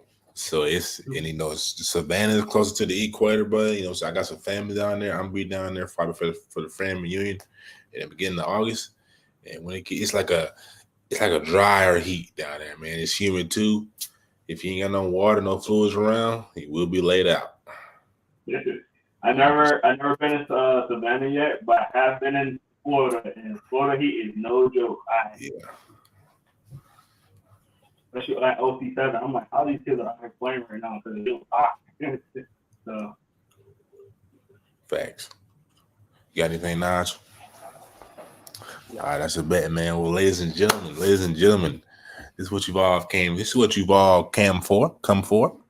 This is the best basketball segment known to man, woman, child, and animal. If you're watching the show with your pet today, but this is the 3-man weave. I kid you not. 1, 2, 3, 1, 2, 3. First up on the Legends Day, man, we might as well talk about this this recent addition to the was it U17, U18 Team USA team. Cooper Flag has been added to the team, And fellas, we've been talking about it on the show now for a while. We believe that Ace Bailey is a true number one overall player in the class of 2025, class 2024, excuse me. So I just want to get you guys' thoughts on that starting out the show. Not all at once. No, I was looking for the announcement. But yeah, man, that's dope. That Cooper Flag. I don't know too much about him. I know you guys do, but I hear a lot about him from you guys. It seems like a really good player. Seen a couple of highlights of him, nothing crazy, but shout out to him for making a team for sure. That's dope. Yeah, that's big for him. Obviously he's one of the best players, obviously in the country. So big for him making Team USA. I think I seen Ace was probably practicing. I don't know if it was with the US 17 team, but I know he's been in and out of camps with Team USA. It's big for Flag. Obviously, he's taking on his new role and with Duke and things like that. So just good for him to get the exposure. Obviously, he already has a lot, but just going up against some top talent across, internationally and things like that. But Cooper is advertisement. I mean, he's a dude. We just feel more strongly about Ace and what he can bring to the table, his versatility, guard in multiple positions, being able to dribble like he's a guard. But no, I think that's big for him. And we talked about the 17U in the first and foremost and what they've been doing. So, I mean, just to have that influx of talent here in the States is big. It is now having it be developed enough. So where, draft day comes, we getting a lot of talent coming from the States. Obviously it's great to see the influx of international talent, but it's also good to see when America and the game here is meeting that of international. You just don't want it to be a big drop off compared to what is over there. And in some ways it is with AAU basketball and, sometimes it being all about me. So, hopefully it continues to move in the right direction because the talent level is here. You can't dispute that there's not talent here. There's definitely talent here. It's just making sure it's developed enough to be able to make an impact and a difference when it comes to making a league. Question for the both of y'all. Do y'all think that they decided to go with Coop over Ace because he may flow better in an offensive system? I think it's no question Ace is a scorer, man. I mean, he does a lot more, but you know what I'm saying? I think Coop may flow better in the offense, just playing more off ball, you know what I'm saying? Do more hustle plays, stuff like that. Yeah, I think so. Obviously, I think that a slept-on part of Ace's game that I think he can play off the ball too. Like he don't need a lot of dribbles. It reminds you almost like a KD. Just don't need a lot to be able to get going, like one or two, and then gets to his spots. He doesn't take a long time to get to where he needs to go or to get a shot off. So yeah, I think that I think has a little bit to do with how big Cooper is as well. Not saying Ace isn't as big as him, but I think they feel more comfortable with, like you just said, the hustle plays. Like not saying that Ace doesn't do that, but that Cooper's going to get you the rebounds, you're going to get the offensive putbacks and things like that. It compares more as a front court type player as compared to Ace. He's a wing. And when you look at Team USA, they have so many wings. So I think that might be some of the difference, as you said, compared to having another front court player that what he's going to give you. 100%, man. Now we're going to move on to the NBA draft. LeBron James Jr. was taken with the 55th pick to the Los Angeles Lakers. Through some savvy work of Rich Paul, they took some time. They said we're not gonna sign him to a two-way contract. Two-way contract means two-way contract to the NBA and the G League. He's gonna start the season officially with the big league club with the Lakers alongside his pops. So I just want to get you guys' reaction on not only him being drafted to the Lakers, which I think we all knew was coming, but just the type of contract that he's received. I think he's probably one of the few, if not the only, who guaranteed multi-year. Guaranteed multi-year, yeah. So what's your thoughts on that, fellas? Obviously I think a lot of people are going to throw the nepotism card, in there. But when you look at it, like LeBron's earned it. You know what I'm saying? What he's done with the league, and he's one of the greatest of all time. And my stance to that, and people that says that, it's rampant everywhere. What industry do you not see nepotism? You see it in the Fortune 500 companies. You see it in sports companies. You see it in CEOs, execs. Any industry you look at, there's going to be that. Whether it's a relative helping out a relative get in, whatever you see is going to be that. So you're going to have those people say that. But, I like it. Obviously, Bronny's been dealing with this pressure ever since he was a kid. And I really don't have an issue with it. I think it's going to be great to see them two play together. LeBron's talked about, hinted at it ever since, I think, 3-4 years ago when his son was obviously in high school. So I hope he achieves great things. I hope that he's able to become, a great player in the NBA, a solid starter, maybe even a star. We'll see what happens. But I just don't have an issue with it. I think, it's great. And for us being African American, we don't see things like this all the time. The only other example we have is Ken Griffey Jr. in baseball and him playing with his son. That's the only other example. So you don't see this a lot in history. And I think LeBron just used a little bit of his power and his influence and was able to get it done. But to be honest, I don't have an issue with it. We see it all the time. It's just a different skin color that's able to take advantage. And I don't have an issue with it. Very true. Jerome? This has been a hot topic with me and Marcus this week. It's been fun. It's been fun though. Actually, me, Lamarcus, and Jeremy. Jeremy. Shout out to Jeremy. Shout out to Jeremy. Jeremy got some hot takes, man. I'm not gonna put it for that. But he got some hot takes. But I will say this.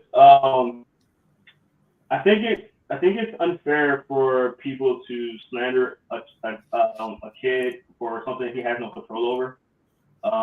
So I think that I'll say that number one.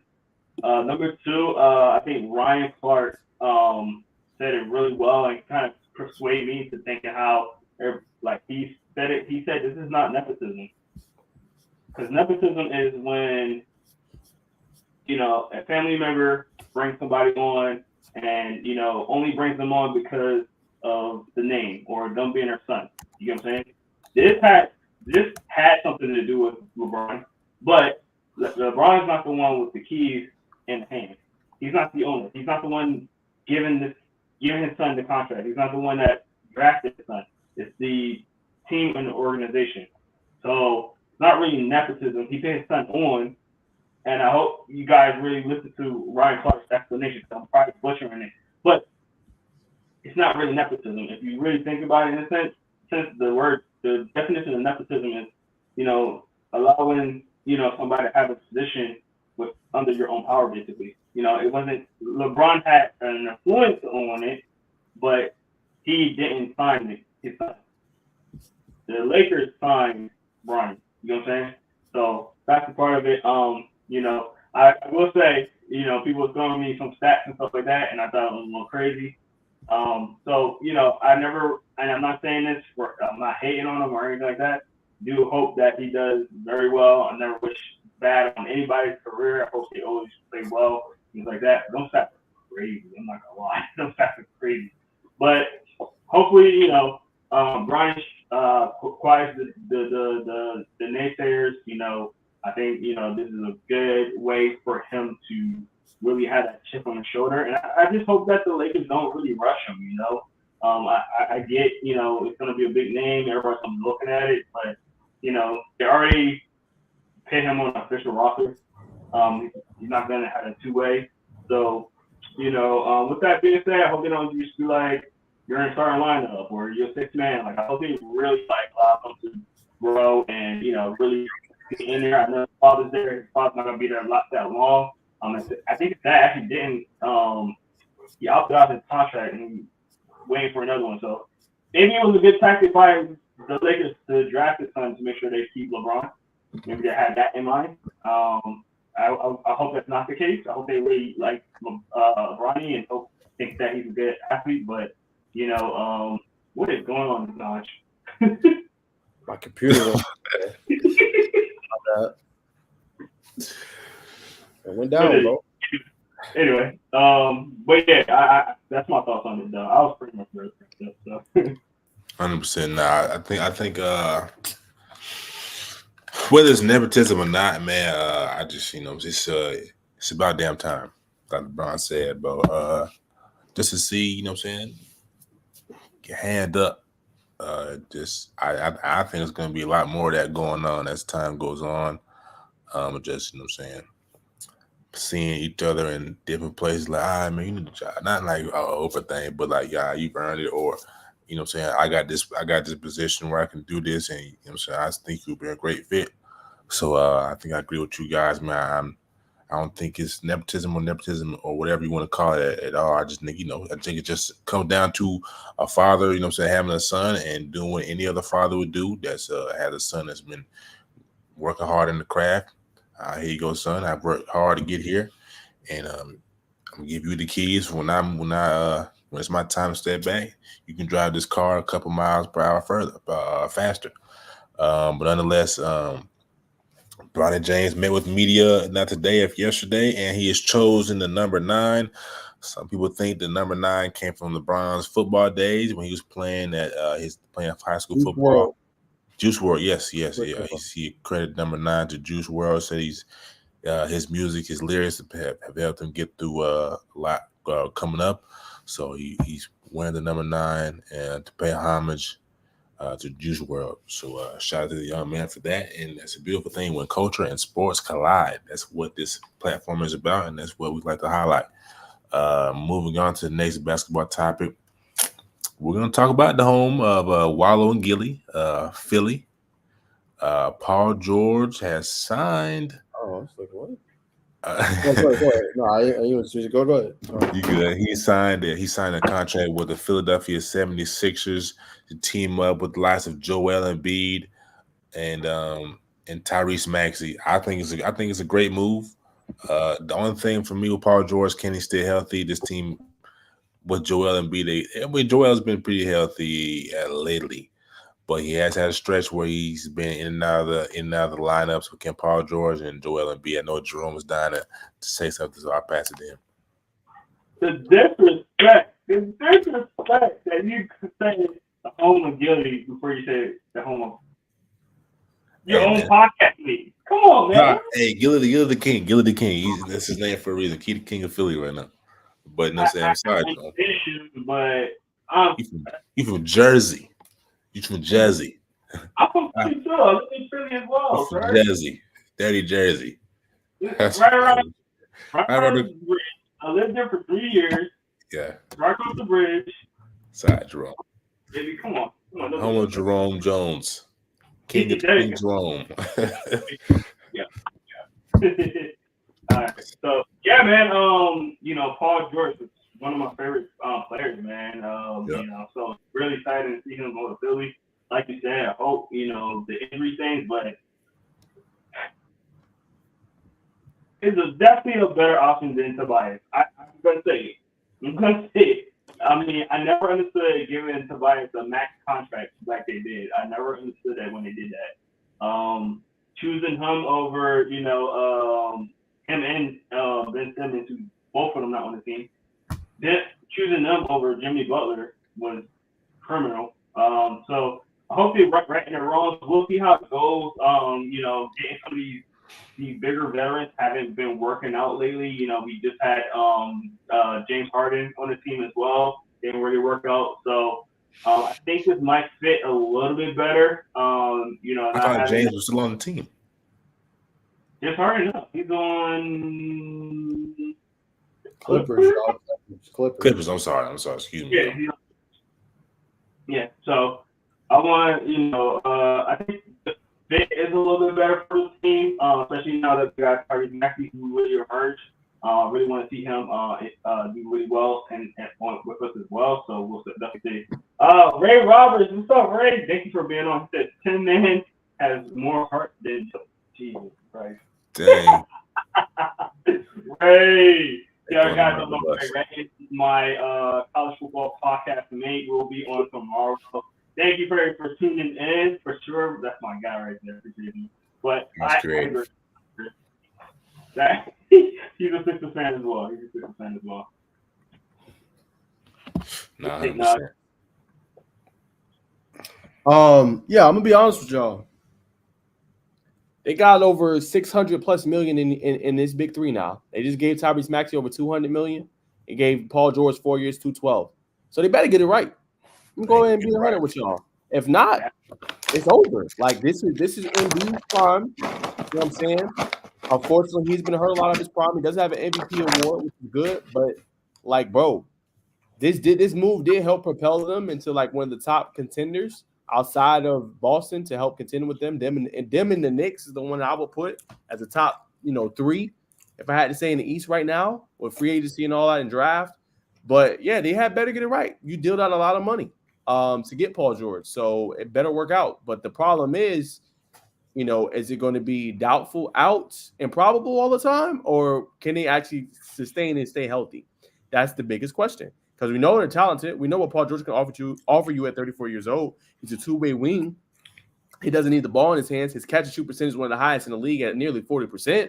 So that things like that definitely help you out. So it's just going to be, can they stay healthy? But this is a good move by the Sixers. But again, they got so much tied up. This could be a make or break, for them. And I don't think he's a rising star, Roberts. I think he already is a star for Tyrese Maxey. And the crazy part for him and the scary part is he hasn't even reached the ceiling yet. He's only 23. Still has so much room to grow. And he doesn't need to play on the ball. Like he just gets it. He just knows what to do. He knows how to let the game come to him. And that's what makes him special. So yeah, for Philly, you did do a good job about raising your stake, raising your odds to win the championship, but this has to work. If this doesn't work, you don't win a ring. Like, I don't know how many more cracks at the apple you got, because you did it, try to do it with Ben Simmons. You let Jimmy walk and kept Tobias Harris, who just signed a 2-year deal, $52 million with obviously the Pistons. This has to work. That's the thing. Yeah, he's 6'2", but if you got to think about this like this, Roberts. He's 6'2", but he's a point guard. You don't need him to be that tall. You know what I'm saying? Go look at, Steph. Steph's 6'3". That's an inch taller. Go look at, Trae Young. He's a viable point guard. Too, though. Go look at Chris Paul. Like, 6'2" is good. Unless he's playing shooting guard, 6'2" would be just fine. I know it's unicorns coming into the league now that are 6'10" and 6'11 and all that. 7'3". But trust me, it's, 6'2", he's fine. Like, long as he can defend and he buys in, which that kid will, Philly just be fine. They just got to stay healthy. 100%. I if they are healthy, do we really can they upset Boston? Only reason I say yes, who the hell is going to guard Embiid if he's healthy? That's true. That's true, but I'm sorry, Boston doesn't have anybody to contend with that. And if they double and trap, they could throw it out to Paul George. We just talked about his catch and shoot percentage. Yeah. And then you got Tyrese Maxey, who can play off the ball, can shoot floaters, mid ranges, get to the cup, or he can dish out. That's very true. That's very true. He definitely. Boston is very deep though, man. I'll say one of the quickest players in the league. 100%. I know what I'm saying. This is talk what we're talking about. And no disrespect to Boston, Boston's gonna have a lot of expectations on them too. You know why? They have nearly $1 billion set and they start in 5. Just all the contracts. Drew Holiday, Derek White getting his bag. Al.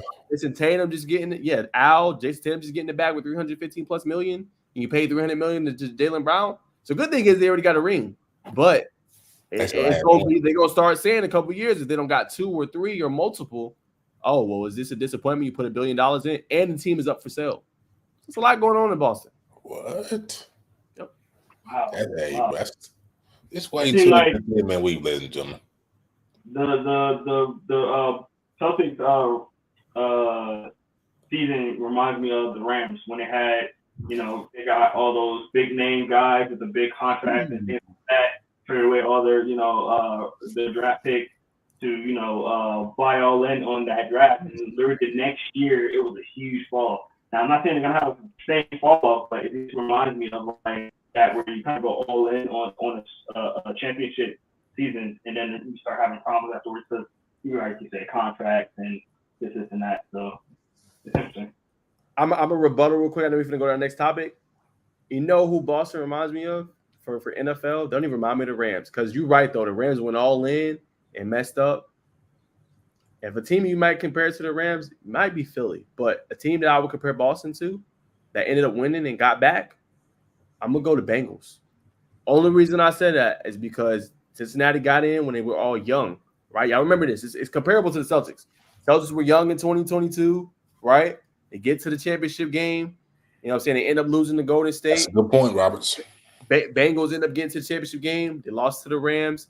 Then a couple years later, the Bengals have been in for a while. A couple years later, they get back, having the experience, having the growth, having their players take it to another level, and they win it all, undoubtedly. To me, that's what the Celtics kind of compared, themselves to if I had to do an NFL example. But I like your example to the Rams. If I had to say that, I would say Philly, because Philly just went all in, and that has to work. You know what I'm saying? And the only reason I say that instead of the Rams, Jerome, is because They got all their players locked up for 4 to 5 years. The Rams didn't. Remember, Odell 1 year deal. All he had was Cooper Kupp and Matt Stafford. Yeah, they didn't have everybody locked up. Von Miller not locked up. Difference. That's true. My opinion. No, that was good. That was good. Rebuttal. I want to shout out Mr. Roberts, man. He brought up a good point about Al, man. A lot of people sleep on Al, man. Al is a pretty good. He is, bro. Al Horford is I'll go on record. I'll go on record. Al Horford is a solid defender in the low post and in the perimeter. Enough. 100%. I ain't saying he not a solid defender. Y'all think he gonna give Embiid a problem? Just stop. Yes. Hush, bro. No. Oh, he's Dominican. He'll put. I understand that. Oh, you about to say 40? Entiendo eso. 40? Okay.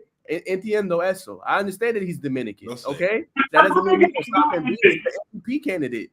Nobody on the planet is stopping Embiid when he's healthy. Just stop. He cooked him in the playoffs. Y'all not remember? Like, no. But Al is an experienced low post defender. We're not gonna say that Al's gonna be. He can get some stops. It's a big moment. I'm saying he's good. He's not stopping Embiid though. Not gonna stop. Can you slow him down? That's what we're getting at. There is no slowing down. No. When Embiid is fully healthy and don't have no injuries, there's no slowing him down. I don't care who you throw out there. I don't care. You could throw Wemby. You could throw Gobert. You could throw Cat, whoever. They're not stopping him. I like Bam, but he still will go off for 20 and 15 against Horford. No. 20 and 15 is a win if that's all he gives in a playoff game. We need for real, bro. Joel has got to go for the 30, bro. If Al called the 20, good job, Al Horford. Enough.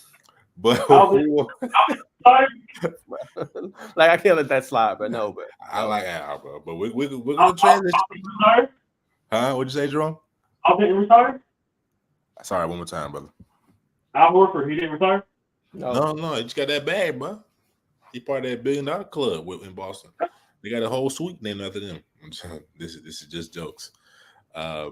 We're gonna transition into Klay Thompson. We didn't have this on the list, but Klay Thompson signed his deal and he's gonna be going to Dallas. Yeah, that's a big one. Yeah, we do need to talk about that. I like another elite catch and shooter like Paul. Go ahead, Roman. You start this one. Go ahead, bro. Go ahead. That was part of my day question of the week. Okay, go ahead, present it. Go ahead. Ask your question. So, like you said, Klay Thompson now asked, how much do this pitch to match the top? You know, they had a really good squad last year, and I got Klay, they got Kyrie, they got why am I blanking on his name? Kyrie, Luka, yeah. Eric Lively, Daniel Gafford. Yes. So how much do this pitch the Mavs over the hump now to compete with a Celtics this time? Do you think it's going to help them even more, or it's kind of not really? It doesn't move the needle. Hold on, bro. This moves the needle now. No, it doesn't. You talking? Yes, it does. When I'm saying move a needle, I'm saying win a championship. That's my connotation. That's what I put the definition on. Move the needle. Does he help them? Yes. There's a difference between help and move the needle. If they have Klay against Boston, move the needle is like what? Okay, I'll give you an example. Move the needle is what KD did for Golden State. They were already great, yes, but he made them like there's nothing you can do. It's over. You know what I'm saying? That's what I mean when I say move the needle. He does not do that for Dallas. Okay, he helps them, yes, but they still got other question marks. Is what I'm saying. He's not that piece that that's a championship. No, he's not. Now let me ask you: do you think he's that piece that wins them a championship? Last year, possibly. I'm gonna say no. I'm gonna say no. Respectfully, no.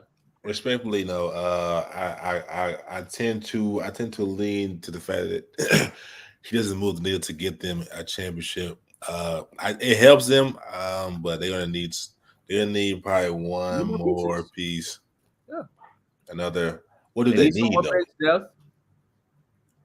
She said they need someone to guard Steph. No, they need more bench depth. Yes, they need more bench depth. They need a couple scores off the bench to kind of relieve Luka and the Kyrie. Can he help them for sure? Because, like I said, one thing he will help them with making is when Luka's double, or when Kyrie, you got to catch a shoot guy off the rip. Corner pocket. up top of the key that can launch and hit at an efficient rate. You know what I'm saying? So he does help that. But the other pieces is having a strong defender. Clay's not the defender he used to be. Now, if we're talking about old Clay that used to drop 37 in the quarter, right? 60 plus in the game, 14-3. Yes, I would say that moves the needle. 11 dribbles in a 60-point game. Okay, I would say yes, but Clay not the same player. That's why I say it doesn't move the needle for them to win the chip. Now, you're talking about old Clay for sure. Now, no. You know what I'm saying? And I agree with Robert's here. Better team defense. They do. That's been one of their kind of downfalls a little bit, especially in the finals. Team defense was not good. I don't know if Clay will he buy in for sure. Does that help you defensively like how it used to be? I don't know. Probably not so much. Gotcha. I do have a follow-up question, but I want to read off what Ray says here. That I'm a fan of seeing him play tough against Embiid and saying when Embiid is healthy and irrelevant after the first two seasons, he's almost never healthy when the playoffs start. He did go crazy this playoff run though. Yeah. Even with one leg. Yeah. All right. My follow-up question is, oh man, we got 200 people in here. That's crazy. That's the highest we ever had. So thanks for all our viewers first of all. Thank you all our viewers for sure. And again, put your comments in the comment section if you say anything like Ray did as well. But man, weave, bro. Yes, sir. Quick question. Quick follow-up question on that. Because now I forgot my question. I think that number I got cited. You good, bro. As far as Clay being on the team, what was my question? There's something about the Lakers. Was it better to go to the Lakers? It was still on Clay. It was something I just said, and I wanted to do one quick follow-up question on that. That's what it was. So a lot of people were saying that Clay, and it could have been just the organization, obviously, but saying that Clay wanted to be the number one guy. He wanted to be the guy, you know? Wound up going to the Mavericks, and he's not going to be the guy now. Do you think that was a mistake on his part for not trying to be one of the guys? Because, you know, I think for years, people thought that he could have been the guy on a team. Who said that? On what team? Any team. Like, they thought, like, no basketball, something like that. It was really good, but he's always overshadowed on, you know, the Warriors. Maybe the KD team, maybe the KD Warriors. No. When Steph and Clay with Draymond when the original, I can't remember the name of that team. And it's not a question just for me because I heard other people say it's like this is not it's not me just asking the question. It's something that I heard on the internet late, like you know, as he's becoming a free agent, and it's like this gives Clay a chance to be the guy now. He's always going to be one the guy on the Mavericks. So I mean, that's what I'm saying because now he chose the Mavericks, he's not going to be able to be the guy that apparently that he was claiming to one of the biggest. I think what it is, Jay, is that Clay felt disrespected by the Warriors, right? They paid him that 4-year, $140 million, and he felt like he didn't get his just due from them. They offered him 2 years, $48 million, which was $24 million, which he technically took a pay cut, bro. He took 3 years, $50 million, $16 million, about $17 million per year. But I guess he wanted more of a bag from Golden State since, you know, Jordan Poole got a bag and Draymond Green got a bag. And, you know, he even told Steph, don't exert your influence. Like, I want them to pay me because they want to. And the issue is the reason he didn't get the money he was looking for, Jay, and the reason I think he left is because he was hurt. You tore your Achilles and then you tore your ACL, which they still paid you the money they owed you. They never exempted anything. But after that, and then think about this, Jay, 2022, obviously Andrew Wiggins was a factor. Jordan Poole was a factor. Who really won them that series against Boston? That was Steph Curry. You know what I'm saying? He won them that series. Let's be for real. You know, Clay was in there. Clay had one good game. So it's like, I get what he's saying, pay me my worth, but it's like they got to remember too and pay what you owe, and I agree. But it's also we live in industries where so what have you done for me lately? And for Clay, it wasn't up to the standard, I would say. So that's why I think they didn't give him as much as maybe he wanted. And sometimes you got to take that sacrifice, you know what I'm saying, and take a little bit less. And you know, he soaked on the sideline and things like that. And I think a lot of it had to do with him getting benched this year for a rookie, Brandon Podziemski. But it's like, bro, like if I'm Steve Kerr, I gotta make sure my team's in a position to win. Now, obviously, I understand with Draymond Green and all the antics and things that he did. I'm not absolving him. That wasn't right. But it's like Klay was always supposed to be the number 2 option. And it's like, they got those resources from other players. Like I said, Andrew Wiggins and Poole stepping up. And he never got back to that form, which I understand those are 2 catastrophic injuries. But I think, like you said, it goes back to your point, Jay, in the question you asked. I think he wants to go to another team to show that he's still that guy, that he can still perform at a high level. And he feels like maybe with Golden State, he won't be able to perform at that level, and that he feels a little disrespected. 100%. I don't think we'll see Klay come back to, where he was in Golden State. I hope he can come back. Let's, overall field goal. If he can shoot 45% from the field and still hold 39, 40% from 3, I think Klay will make his point. But I don't think I think Golden State did right. It's a business at the end of the day. Like you said, it's what you've done for me lately. Missing those 2 years after us give you the purse that you sought out. That's just bad business. So let's hope for good and better fortune for his time in Dallas. Is there another question, Jerome? I like those. That might be a new hot segment right there, brother. I'm good. But next up, let's see. Let me refer to my notes real quick. Really, our group chat.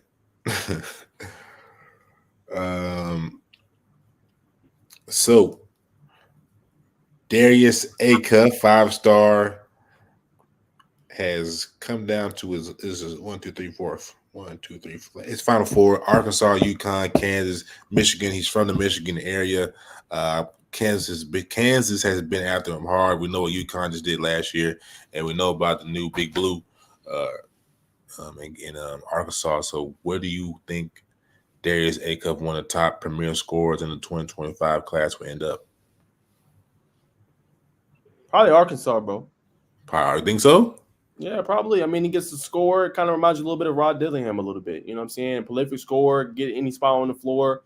You got a coach that can probably extract to get the most out of him and showcase it on the court. And why not go to a coach that, like I said, rarely produces NBA talent? Again, the problem with Calipari hasn't been what he can produce on the next level. It's been him winning, like having such, great talent. We talked about it in other podcasts, and him being able to get them back to that promise, that Final Four, that Elite Eight, that championship game. So, I mean, I think it's probably a heads race between probably Arkansas. Yeah. Arkansas, Kansas. Of course, I'd like to see him come to Arkansas, but you know what I'm saying? We'll see what the young man. I mean, Michigan has kind of died off, so probably not Michigan. But what you think, Jay? I would say Arkansas as well, man. Coach K is gonna have some influence over there now. He's gonna have some big recruits coming in. I think this is the start of it, man. Obviously you got some guys that transferred from Kentucky already. Me and Mark were just talking about one thing I was saying. Kid from Camden, New Jersey. New Jersey. You talking about DeWagner? Well, yeah.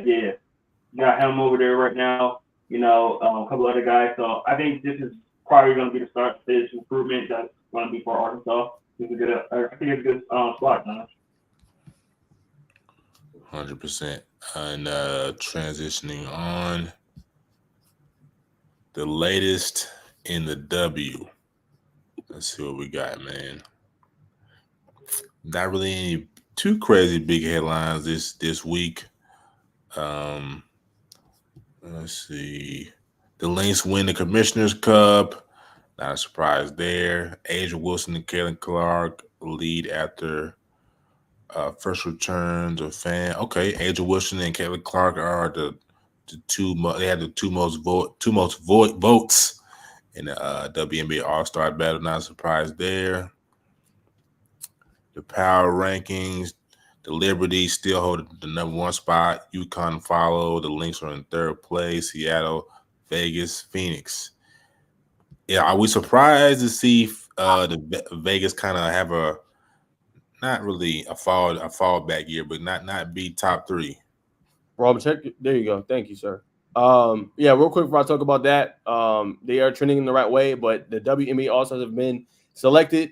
And obviously, this is the first time since 2024 that 2 rookies are all-stars in the same season. Angel Reese and Caitlin Clark, no surprise there. But that is a major headline. I know it wasn't a week of them. And also tonight had some major games, and Angel Reese just set the WNBA record for most double-doubles consecutively with 11. So that is major headlines as well. I am going to answer your question, Bacon, but I did want to kind of bring that up as an aside. Very fine, sir. Very fine. What's your reaction? Man, not surprised, man. These 2 young ladies are the cream of the crop when it comes to not just women's athletes, but just basketball athletes. Period. One is a superior sharpshooter. The others are really a stretch 3. I would say stretch 3, stretch 4. Can handle the ball a little bit, can shoot the ball. Is as good of a rebounder in the W as anybody. I think she had a lot of double-doubles in college as well, so this is not surprising, man. Of course, there's 2 stars that have a lot of star power. I was talking to one of our constituents in the journalism industry last night. I said, man, you got to connect on a dream, man. I'm trying to get in this game to see Andrew Reese, which should come to town. Like, man, they ain't even letting the brother in, so I don't know what I can do for you. But best thing I can do for you is give you my contact, and let you email them. But yeah, people are dying to see Andrew Reese and Caitlin Clark, so this is not a surprise. They got my vote. No doubt about it. And then just as a side to your question, definitely has been a down year. We talked about it a couple podcasts ago on the Aces, but they have rattled off 4 consecutive wins, Bacon. So they trended, they trended in the right category, winning 4 straight. I think they are back up on the WNBA standings as well. So I think it's a lot to take. It's a long season, but to win 4 straight, that has put them in the 5 spot right now. So I think if they can continue to kind of build on that momentum and do their thing, I think they're in a good spot. Obviously, it's tough, big. When you win 2 straight, you're going to get everybody's best shot that next season. So they're looking to do a 3-peat.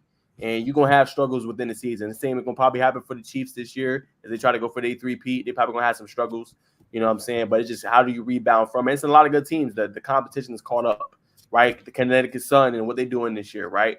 They had 2 straight losses, but getting back up. Liberty looked really good after last year getting so close and losing, and I think it was the semifinals, right? So you got a lot of good teams this year that are coming for that throne. So I wouldn't be so worried. I think they got the best player. They're gonna figure it out.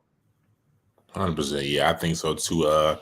It could be a little WNBA championship hangover that they're kind of getting through, like you just said. But when it comes down into when things finally mold down and get concrete, they're definitely gonna be in the thick of things. They're definitely gonna be a team, especially if they're lower on the seed totem pole, that teams are not going to want to see in the postseason. But right here is a interview with a young lady. Not talking about Andrew Reese, but a young reporter. You'll see to the right. This is in the dream, not the dream, but not infinite.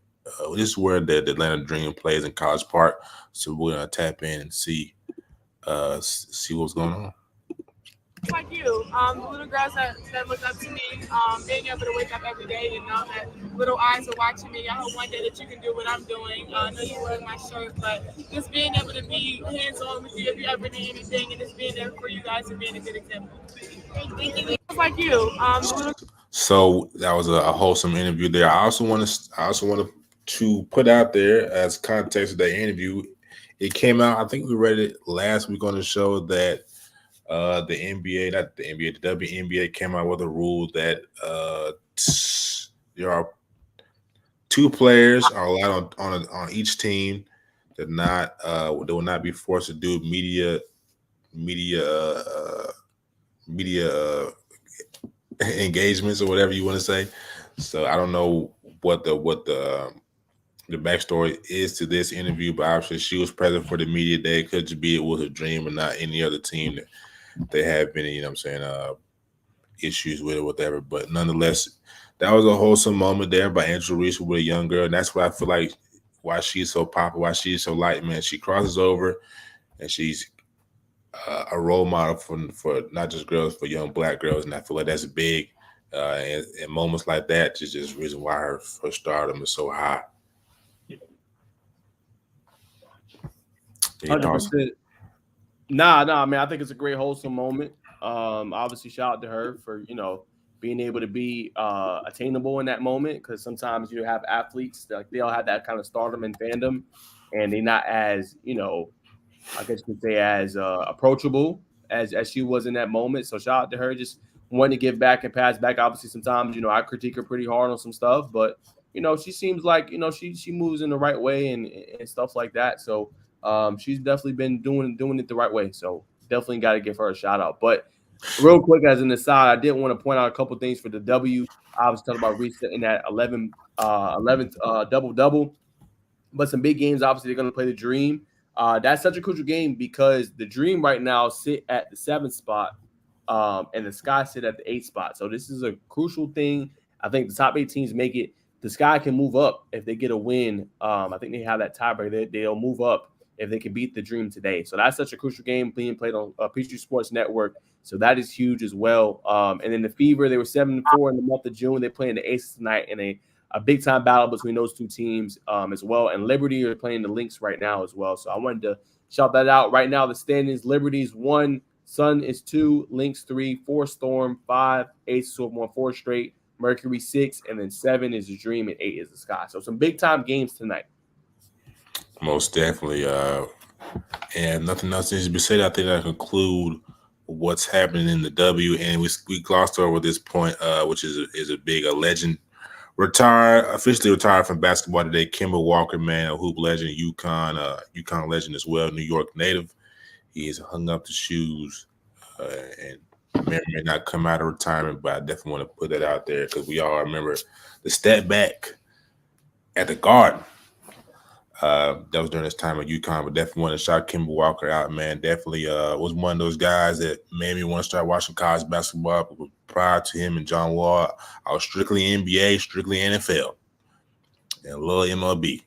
But you know what I'm saying, seeing that type of talent display, I was like, yeah, I gotta start watching this. This is where the heat is at. But yeah, that'll conclude the W. And if nothing else needs to be said, that may conclude. Go ahead, brother. Cardiac Kemba. Yeah. Yeah, I had to throw that out, man. Never forget that step back legendary shot that ended up propelling a lower seeded UConn to the national tournament, man. So shout out to him. That will forever be going down in history. That moment, that shot will forever be shown as turning time comes around, man. So he's entrenched in history. So shout out to him. A phenomenal career. He was a star for the Charlotte Hornets, played there for years and years, and then went on to Boston. Didn't work out, but he did enough, got that max money. So hopefully he just tries to give back to others and tries to teach the things that he learns and things like that. I'm sure he'll be in it in some form of capacity, because when basketball changes your life that much, it's, you got to give back to others. Real quick, though, before we conclude 3-man weave, I did want to talk about the draft. We talked about it, but it's some couple points I wanted to point out. I told y'all about Castle, got selected number 4 overall. The pairing of him and Wemby is going to be so cool. And I can't wait. Obviously, I think the Spurs did really good with this pick. I don't know why they didn't get Dalton Connect. That didn't make any sense to me. I thought that would have been a great pick there, but I know they wanted to go younger and things like that. But the reason I pointed out is Chris Paul's on that team as well. So when you look at Stephon Castle, and he's already a field general, right? He's already floor general. I'm thinking about football, field general, floor general on the basketball court. And then he gets to learn from a savant himself, and Chris Paul can learn the in and outs and the IQ and things like that, and get an even greater grasp of the mental side of the game. I think it's great for him in his career that nobody's really talking about.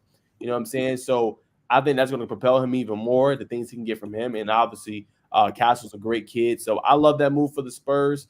And I think in a couple years, maybe even be next year, he could be a special piece for them and getting back into contention as well. Also wanted to shout out Isaiah Collier, who fell a little bit in this draft, man. Picked at 29. They also drafted Kyle Filipowski. I thought, in my humble opinion, that the Jazz really won this draft. They were one of those sleepers that I give them top 3. No one's going to talk about it now, but in a couple of years, you're going to look back and be like, oh, Jazz got Collier. They got Filipowski as top end players for their kind of rebuild. We'll see what happens with Lauri Markkanen. He's been kind of rumored to the Golden State and Mavericks and some other teams that won him really, really bad. But I thought they did a really good job, and nobody's talking about the job that the Jazz did. A couple more points, and I'll throw the bacon for the Switch Cultures on Dalton Connect. Rob Dillingham with Anthony Edwards. Oh, my goodness. Yo, you talk about nailing the draft. Obviously, the Spurs traded away. I get it, 2031 pick. But, bro, I just want y'all to imagine, right? They already got Michael Conley. Again, Dillingham can come in and learn from him. You pair a prolific scorer alongside Anthony Edwards, and sometimes they were missing that. Like when Ant was getting doubled, they needed another guy to come in and kind of pack that scoring punch. They got that now. All he has to do is get a little bit bigger. He already got the speed. Here's your prolific scorer. Gets a little bit bigger, buys it defensively. That tandem right there is going to be special. And think about this. He's going to have the keys to the car once Mike Conley retires. You know what I'm saying? And then you got a backcourt running mate to go along with Ant. Hey, man, that's going to be very, very special. And an underrated pick is Zach Edey with John Morant and obviously Jaren Jackson Jr. Kind of the replacement for Steven Adams, in my opinion.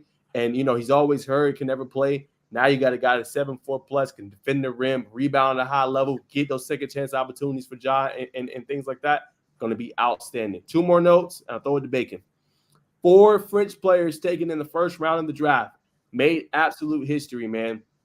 Never seen before. The French, this is one of the special talents, Victor Wembanyama. We are seeing a French implosion or French inclusion, I guess you could say, in the NBA, man. These guys are different tiers. The development over there is something special, something to behold. Shout out to Tony Parker for being one of the pioneers of the sport and allowing things like this to happen years later and his great play when he was with the Spurs. And then obviously he has a Don't Connect video. I'll let him show it now, but I think the Lakers got to seal the draft. Getting this guy, SEC Player of the Year, All-American, can shoot the 3 at a high rate, can get to the rim, can slash, can shoot at the mid-range, can do anything you ask him to do.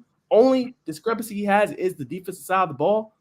Bro, Lakers absolutely hitting this pick. And you got a guy right now at 23 years old can come in and contribute, right? When they double AD, when they double LeBron, kick it out to connect, and he can pop from 3. Hey, bro, look out. That's correct, man. Yes, sir. That is correct, man. The Dog Connect special player, and he did it on an unconventional path, man. Didn't have a lot of offers coming out of college.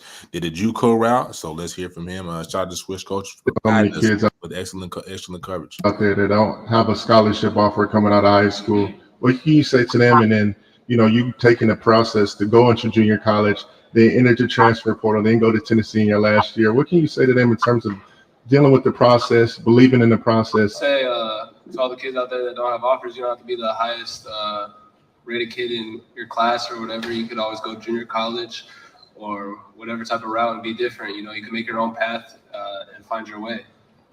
That is, and I hope the kids at home and watching right now, man. You're looking at your friends, get all these offers, man. Stay true to you, stay down, keep working hard, putting those unseen hours, man. You know what I'm saying? Just believe in yourself. I'll obviously have good grades, man, and you yourself, man. You can go to JUCO route, you can go to D2, you can go to NAIA. If you ball, you're gonna get the call, and if you ball, they will find you. So I think this was a great interview by Don Connect. Again, just showing a pathway that there's other avenues that you can get to your dreams.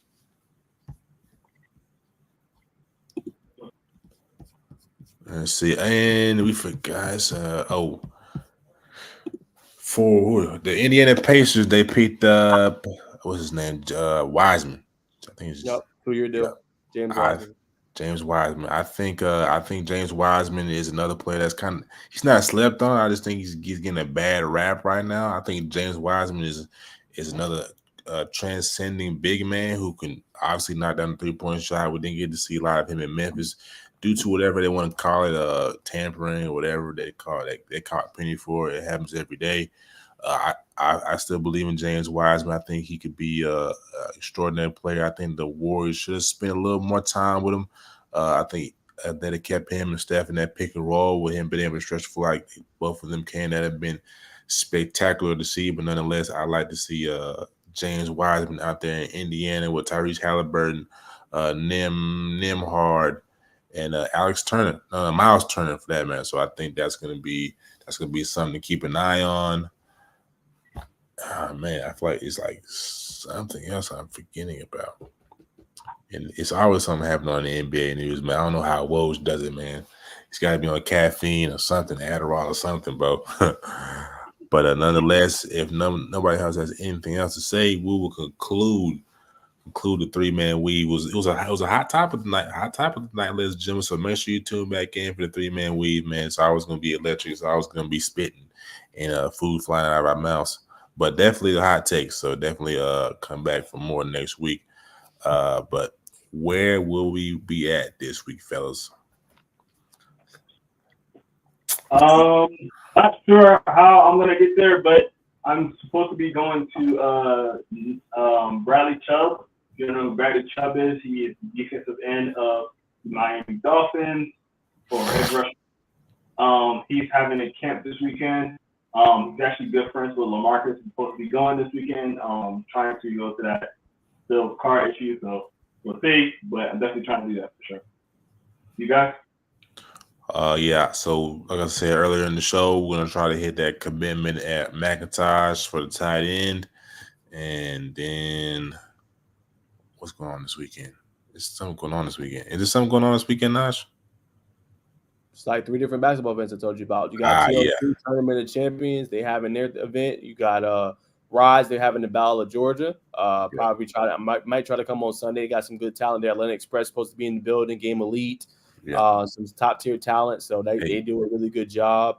And then there's one more big basketball one. Tip Off Classics is another one that's supposed to have. But we might likely be at the one in Cartersville. Might check that one out. I'll definitely let Bacon know. But looking like Sunday if I'm able to go. But I'll let him know probably beforehand. But yeah, those are the top events. Yes, sir. Yes, sir. Well, they heard it here first, folks. That's what we will be at this week and this weekend. So now it's time for the segment that you are waiting for, the Words of Wisdom segment. Pull out your notepads, pull out your phone recorders, hold it close to your microphones or your stereo system because we're going to unwind some gems. Pastor Jerome, would you bestow on us some blessings, some words of the day? I thought you was about to say the wisdom of words. I'm like, what?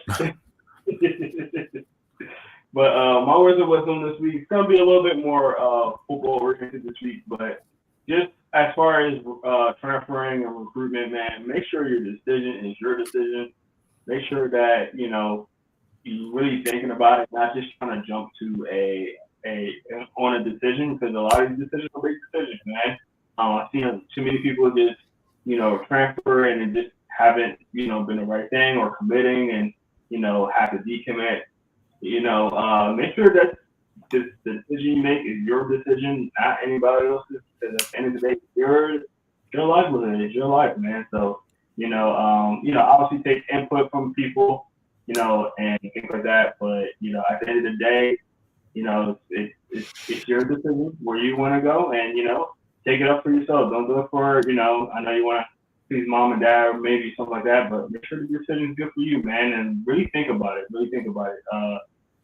I know a lot of people, just trying to get to that big name school and things like that, man. You gotta make sure it's the right fit for you. So I felt like this is a good time to kind of say that around this time. So that's gonna be my words of wisdom. With everybody kind of committing right now, and things like that. So commit to what works for you, man. And shout out to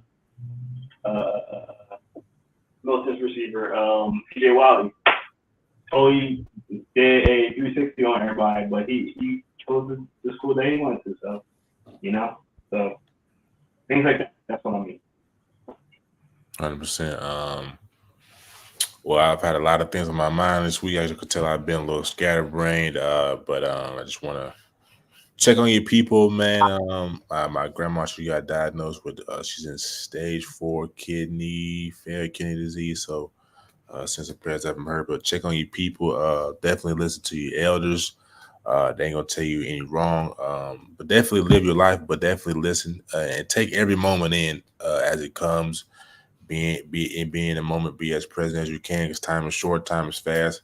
For my seniors, for my juniors, as you were just juniors last year, or if you're a senior, you're getting ready to go off to college now. Just think about time that how fast that time went. So just take it all in, and just be as present as you can. Time is precious. We're only here for a good time, not a long time. We only promise 120. Most people only get 70 to 80. So just affect people, be wholesome. You know what I'm saying? Treat people with respect. Treat yourself with respect. In order to give respect, you got to give respect. So just be personable. Smile. Don't smile with your mouth. Smile with your eyes. And people like that more. So just be human, man. Don't be negative. Don't be cold-hearted, because a cold-hearted world is not a good one to be in. So just be kind. That's my words of wisdom. I would say your grandmother, Bacon. Appreciate you, bro. Blessings and first to you and your family, man, and hope hard times will bypass, brother, for sure. Appreciate you, G. Yeah. Mine's not as heavy. Mine is a little more playful today. It's just for the young men. I know some are, I know we live in a more, what is this, Gen Alpha? I know they're a little bit more kind of, have social anxiety. Emphasis on alpha. Huh? That's it. I say emphasis on alpha.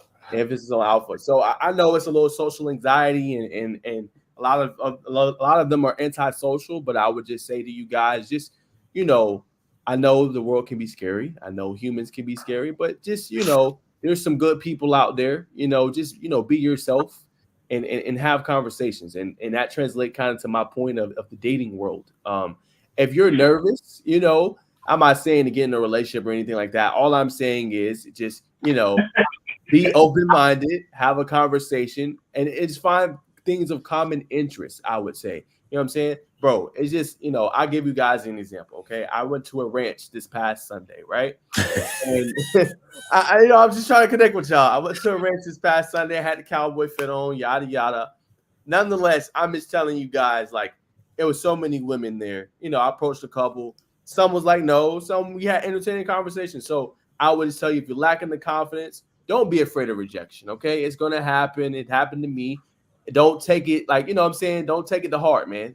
Just be you, be yourself. Throw them a couple quick lines, you know what I'm saying? Like, I seen you looking over me, or I see you looking at me hard, you know what I'm saying? And keep doing that, we're going to have a problem. Like, just find your own way to be kind of playful with it, you know what I'm saying? And find a way to kind of connect with her, you know what I'm saying? And just have fun. So I know it's a different kind of generation now, but, sometimes you need that companionship, and things like that, man. I feel like a lot of guys lack the confidence. And if you want a good way to build your confidence, get into your craft, man. Whatever that may be. If that's art, if that's music, whatever you have a passion for, get into your craft, work hard. And naturally, when you talk to other people and females, you're going to have that confidence. And get in the gym. If you can't afford a gym, go run. You know what I'm saying? If you can't run, jump rope, right? If you don't like to lift weights, do push-ups.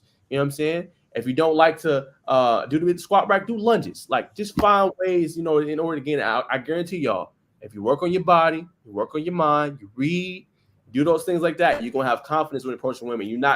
It's going to flow off you. It's going to be just like that. When you say no, it's going to just flow off you. You know what I'm saying? And it's going to be like nothing. So that's just my rap to the kids out there that are younger, that be afraid to approach. Go out there, approach. The worst thing is you say no, keep it pushing. There's 8 billion people on this planet. 8 billion. So just have that confidence. You never know what to take. My confidence has risen, just to let you guys know. And I just be at it like, man, it's just reps. That's it. I'm repping up. You know what I'm saying? If it's something that's wrong, I'll learn from it. So that's my playful tactic tonight for the young men out there. It's a female, you feel it. Don't be afraid to approach. Worst thing she say no. It's her loss, pimp. Her loss. If you want infield footage when we go to Hoover of Najeh talking to these women, hey man, blow us up. We'll definitely bring that high quality content for y'all, man. Okay, bro. Infield footage. We're gonna put a GoPro on them. I'm dead. But ladies and gentlemen, that'll conclude the words of wisdom. And before we go, man, we talked about it at the beginning of the show, man, but we got a lot of people in here right now.